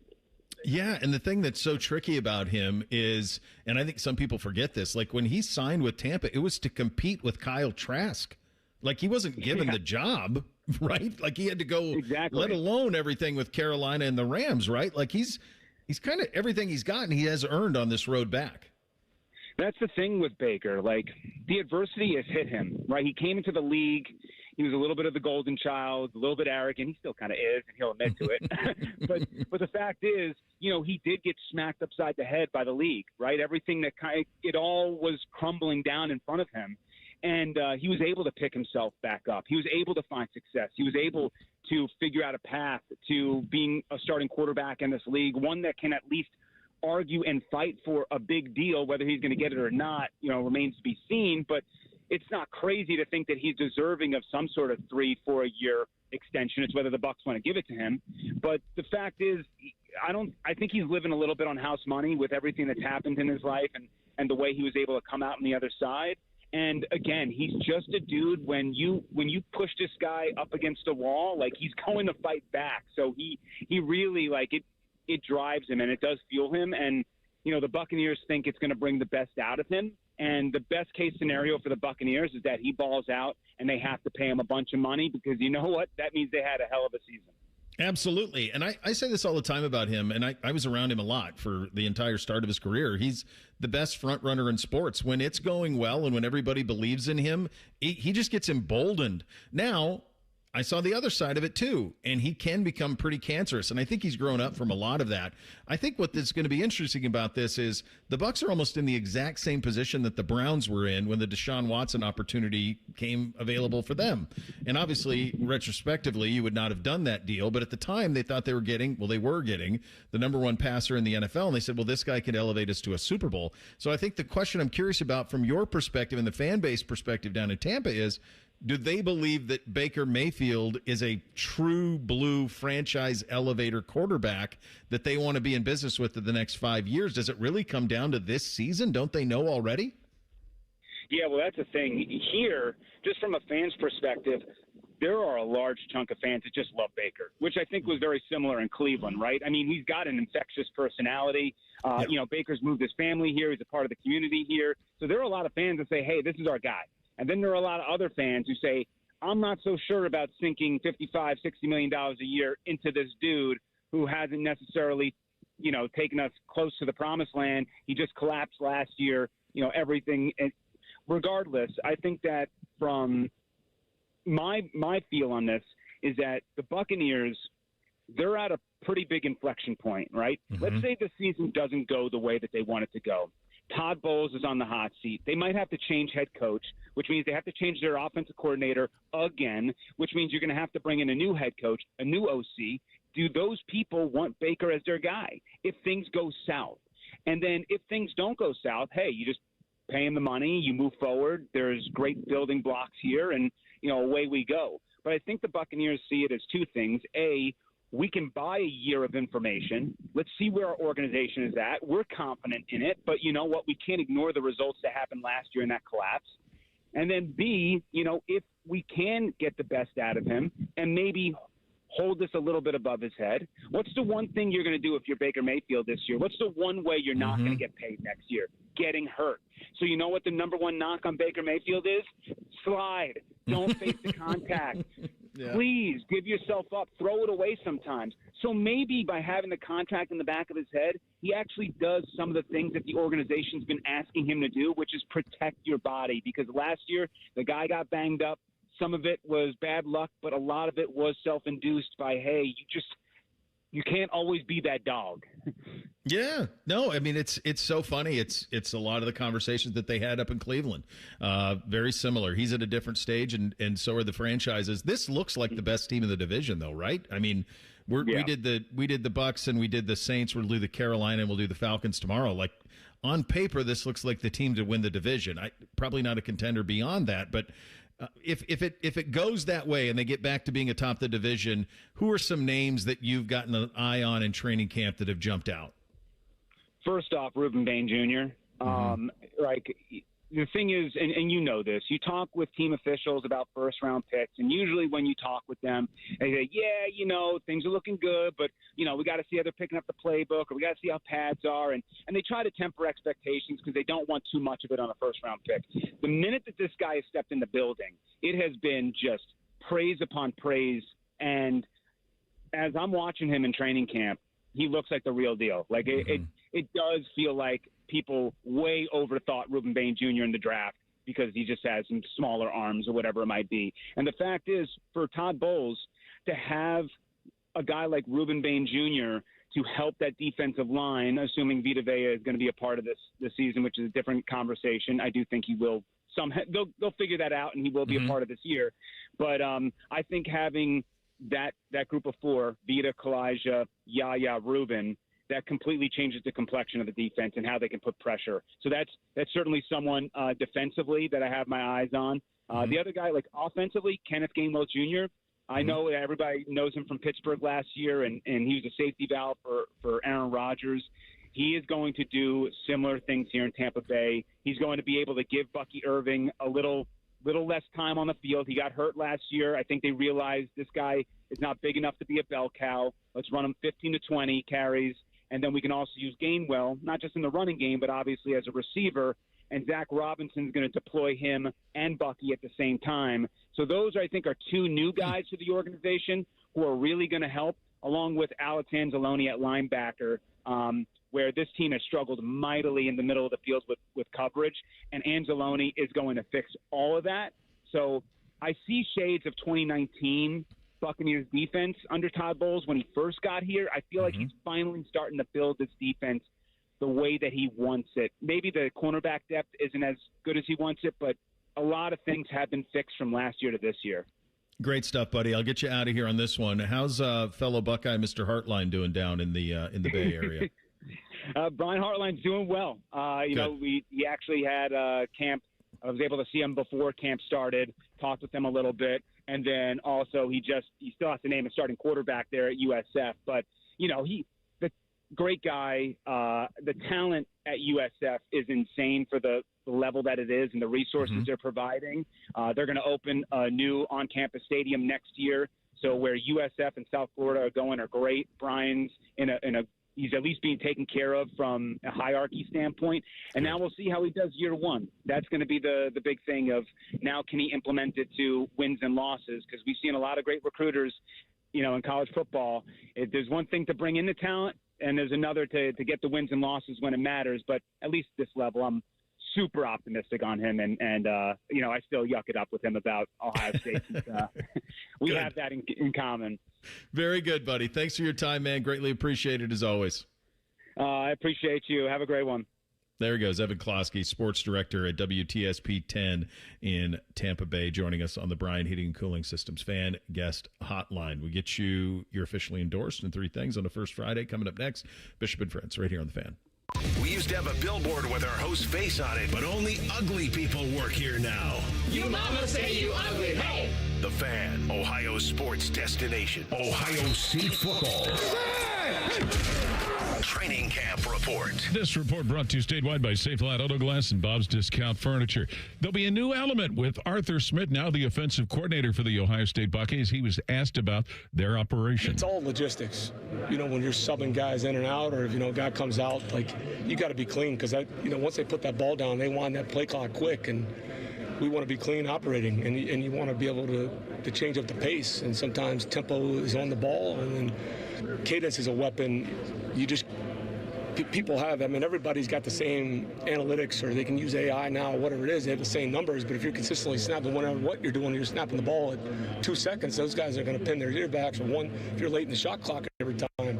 So that's a game. You got to study yourself and be able to, those are games within the games, and when you have a quarterback like Julian, he can handle that stuff, and really the whole offense. It's not just him. I mean, everybody's got to operate. And they're trying to do the same thing on defense. I mean, they're doing that certain formation. They may check out of a pressure. They may check to this coverage, depending on what you're playing. And those are the games. I call them the games within the games. There's so much happening at the line of scrimmage. Even if you're trying to be simple, I mean, the other sides, I mean, they catch up too. And so that's what makes Julian unique. We'll have more after this. Bob's Discount Furniture has the furniture you've waited 250 years for. We've got power reclining sofas as low as $7.99, 5-piece dining sets as low as $3.99, Bobo-pedic mattresses for as low as $2.99, and of course feature-packed bestsellers like my Playday sectional with pop-up sleeper sofa. So stop in or shop mybobs.com to see where America shops for furniture. Oh my Bob's Discount Furniture, proud sponsor of Ohio State Athletics.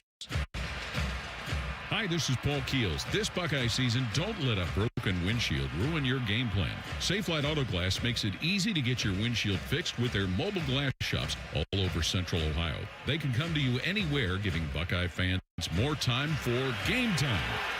OH? Man, I love that. Schedule at safelite.com. Safelite Auto Glass is a proud sponsor of Ohio State Athletics. Safelite repair, Safelite replace. More from Ohio State offensive coordinator Arthur Smith, his first preseason camp with the Buckeyes, and he talks about through this point of camp where the offense has continued to develop. I mean, I think there's always unknown, any new job, and obviously even if you're returning every season, things that are going to come up, right? It's kind of life. But these guys have been awesome. The progress we've made from spring to how we started camp, we just got to keep stacking these days. These guys are competing. I mean, we've got a lot of depth and we got a lot of competition, which is an awesome thing to have. Smith also says the experience is also a useful tool. The season opener for the Buckeyes is Saturday, September 5th with Ball State. We'll have another report coming up tomorrow. This is Paul Keels on the Ohio State Sports Network from Learfield. The new All-Pro battery by Steel. Tackle any task with 60% more peak power. Exclusively available only at your local Steel dealer. 60% peak power comparison between AP300PC and AP300S. Are you ready to sail, Buckeye Nation? Join us February 19th to February 26th, 2027, as we celebrate the 20th anniversary of the Buckeye Cruise for Cancer out of Barbados on the Silver Sea, Silver Ray. Meet more than 35 Buckeye greats plus some of your favorite current Buckeyes, all while making memories and helping beat cancer. You don't want to miss this ultimate Buckeye fan experience. We can't wait to see you on board. Let's celebrate 20 years of making a difference. Visit BuckeyeCruise.com for more information. Paul Keels here, voice of the Ohio State Buckeyes. You have to check out the brand new AAA Buckeyes MVP membership. Get all the benefits of AAA, such as 24/7 roadside assistance, plus chances to win tickets to Buckeye sporting events, access to exclusive MVP experiences, along with 10% off gear at the Ohio State team shop. Already a AAA member? Add the Buckeye MVP membership upgrade for free. Head to AAA.com/Buckeyes to join the squad and put your fandom in drive. They say 40 is the new 20, and that's because guys in their 40s, 50s, and 60s are walking around with the testosterone levels of their 20s. Visit Low T Center, like thousands of other men in Central Ohio already have. Go to fixmylowt.com and book your free T test today. When it's too hot to go out, it's definitely too hot for your AC to go out. The Waterworks Heating and Cooling Pros are here to help. We offer fast repair and AC replacement for any cooling system when you need it. Plus, we're a premier Lennox dealer and can install an energy-efficient system for a great price. Call the Waterworks at 614-232-2222 or visit us online at thewaterworks.com. The Waterworks. Better care, better value, better results. Kick off football season behind the wheel of a 2026 Toyota Tundra from Germain Toyota of Columbus. Right now, get $299 APR financing for up to 72 months on the rugged Tundra. Don't miss your chance to score big. Visit Germain Toyota of Columbus, just off I-70 and Bryce Road, or online at germaintoyota.net. Bishop and Friends is sponsored by Diamond Seller, your true jeweler for almost 80 years. The Fan, Ohio's sports destination. The friends are the guests and listeners. Reeser and Baker just work here. Back to work, back to work. Everybody, work, work, work, work, work, work. You're listening to Bishop and Friends. All right, Reese, what are you on the poll today? The Daily Fan Poll sponsored by JT's Pizza and Pub. It asks reasonable expectations for Ohio State this season. Your options are national championship, semifinal appearance, beat Michigan, quarterfinal appearance. Remember, reasonable. The first one can't be win a national championship if it's reasonable. Well, the first one's getting 42% of respondents. 28% say semifinal appearance. 25% say beat Michigan. 4% say quarterfinal appearance. It's too soon for all of this. I'll abstain. We'll get to that in a week or two. I'm not there yet to choose the standard with which we will judge the Buckeyes. But no, I probably would not say anything short of a national title is not a failure. I would not say that. All right, time for your officially endorsed on this First Friday. Bishop and Friends present First Friday. Officially endorsed because everyone deserves 2 Fridays. Sponsored by High Bank Distillery Co. Locally inspired dishes and award-winning cocktails. Visit highbankco.com today. Dine, drink, distill at High Bank. Drink for the wrong reasons. My generation, we drink because it's good. Because it feels better than unbuttoning your collar. Because we deserve it. We drink because it's what men do.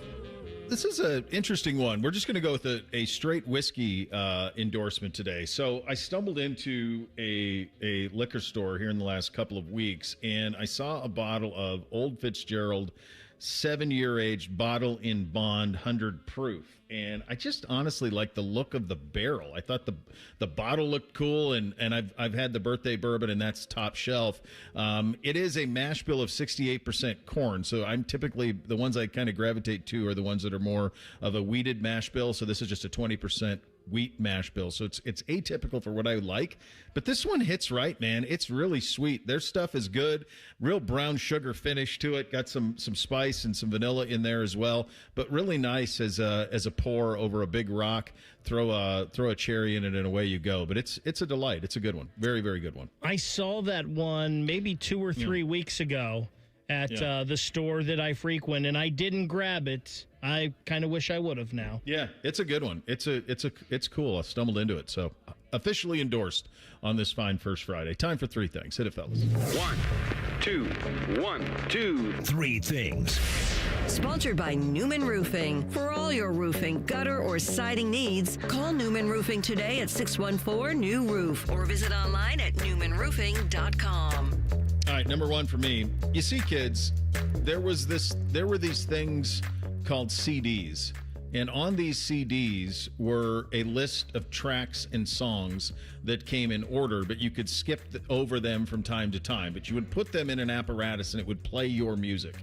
And these CDs were ultra expensive with one exception. And the one exception was if you sent Columbia House a penny, they'd send you a dozen. Now, you had to pay for 6 of them at a ridiculous point going forward, but I did this. And after 71 years, it is going away. Columbia House is going away. I did this many times, so I'm thankful for Columbia House, for August and everything after. Certainly another one that jumps out to me is the soundtracks, the Training Day sound or Judgment Day soundtrack. I know what you did last summer. Both of those, Dookie, those are all CDs that were purchased via Columbia House, and it's all going away. Probably everyone our age, those CDs were purchased that way. Those ones were owned by that, yes. Or at Coconuts or Media Play. That's right, yeah. Trying to think of what the Media Play on Sawmill Road is now, but I got Dookie from there. I also got International Super Hits. Yeah. That's a Where was that Media Play on Sawmill Road? So it's right by the Olive Garden. So right after you cross over 270. Oh, I think it became a Golfsmith, and now it's like a learning center. Okay. First thing out of me, 2-time preseason Heisman Trophy winner and preseason first-round draft pick Lenora Sellers is graduating from South Carolina in December. He told reporters that he doesn't have any classes this semester. He's only doing an internship at a local driving range. Thing or not a thing? Jeez. I got to tell you from personal experience, if you're driving the tractor, they're going to try to hit you. I mean, that's got to be a sweet gig. They are going to try to hit you. That's a fact. First thing for me, I don't know if you guys saw the video, but there was another accident on 670, and it was caused by somebody stopping in the middle of the freeway because they didn't know if that was their exit or not or where they were going. It? That's what that is? So, God. This happened to me on Monday. I was going to 71 North off of 270. I hadn't been up there in a while. The exit kind of got changed because of construction. Mm-hmm. I didn't realize I needed to be over so fast. I was being greedy, and I was trying to beat the traffic. I missed the exit because I didn't realize I didn't have enough time. You know what I did? I kept going. I got on the next exit. I turned around and I went, it's not worth somebody's life. People, quit stopping in the middle of the freeway. I think it's all of the not autopilot. I think it's all of the like Waze and the apps that they don't get the turn, and then they were waiting for the app to update them on where to go because nobody knows where they're going anymore.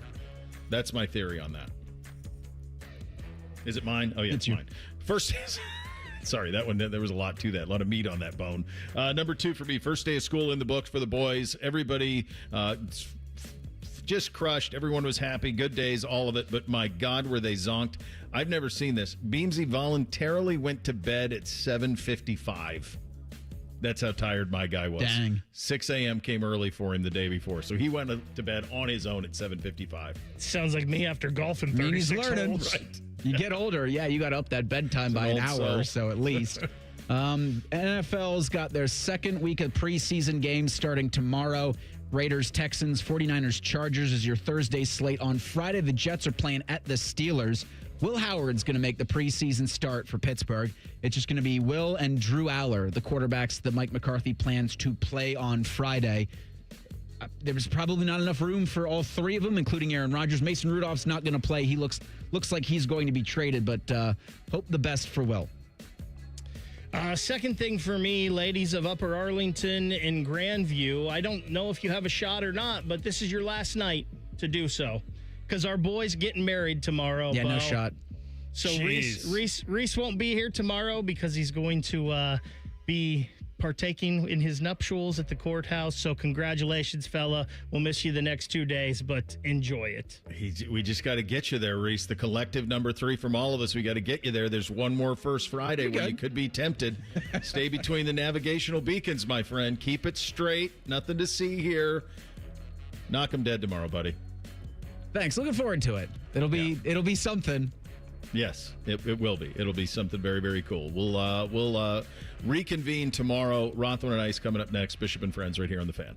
Wake up with the Fan. Eat lunch with the Fan. Go to bed with the Fan. Dream about the Fan. Then change your sheets. Gross. Ew, you guys are gross, but stick around.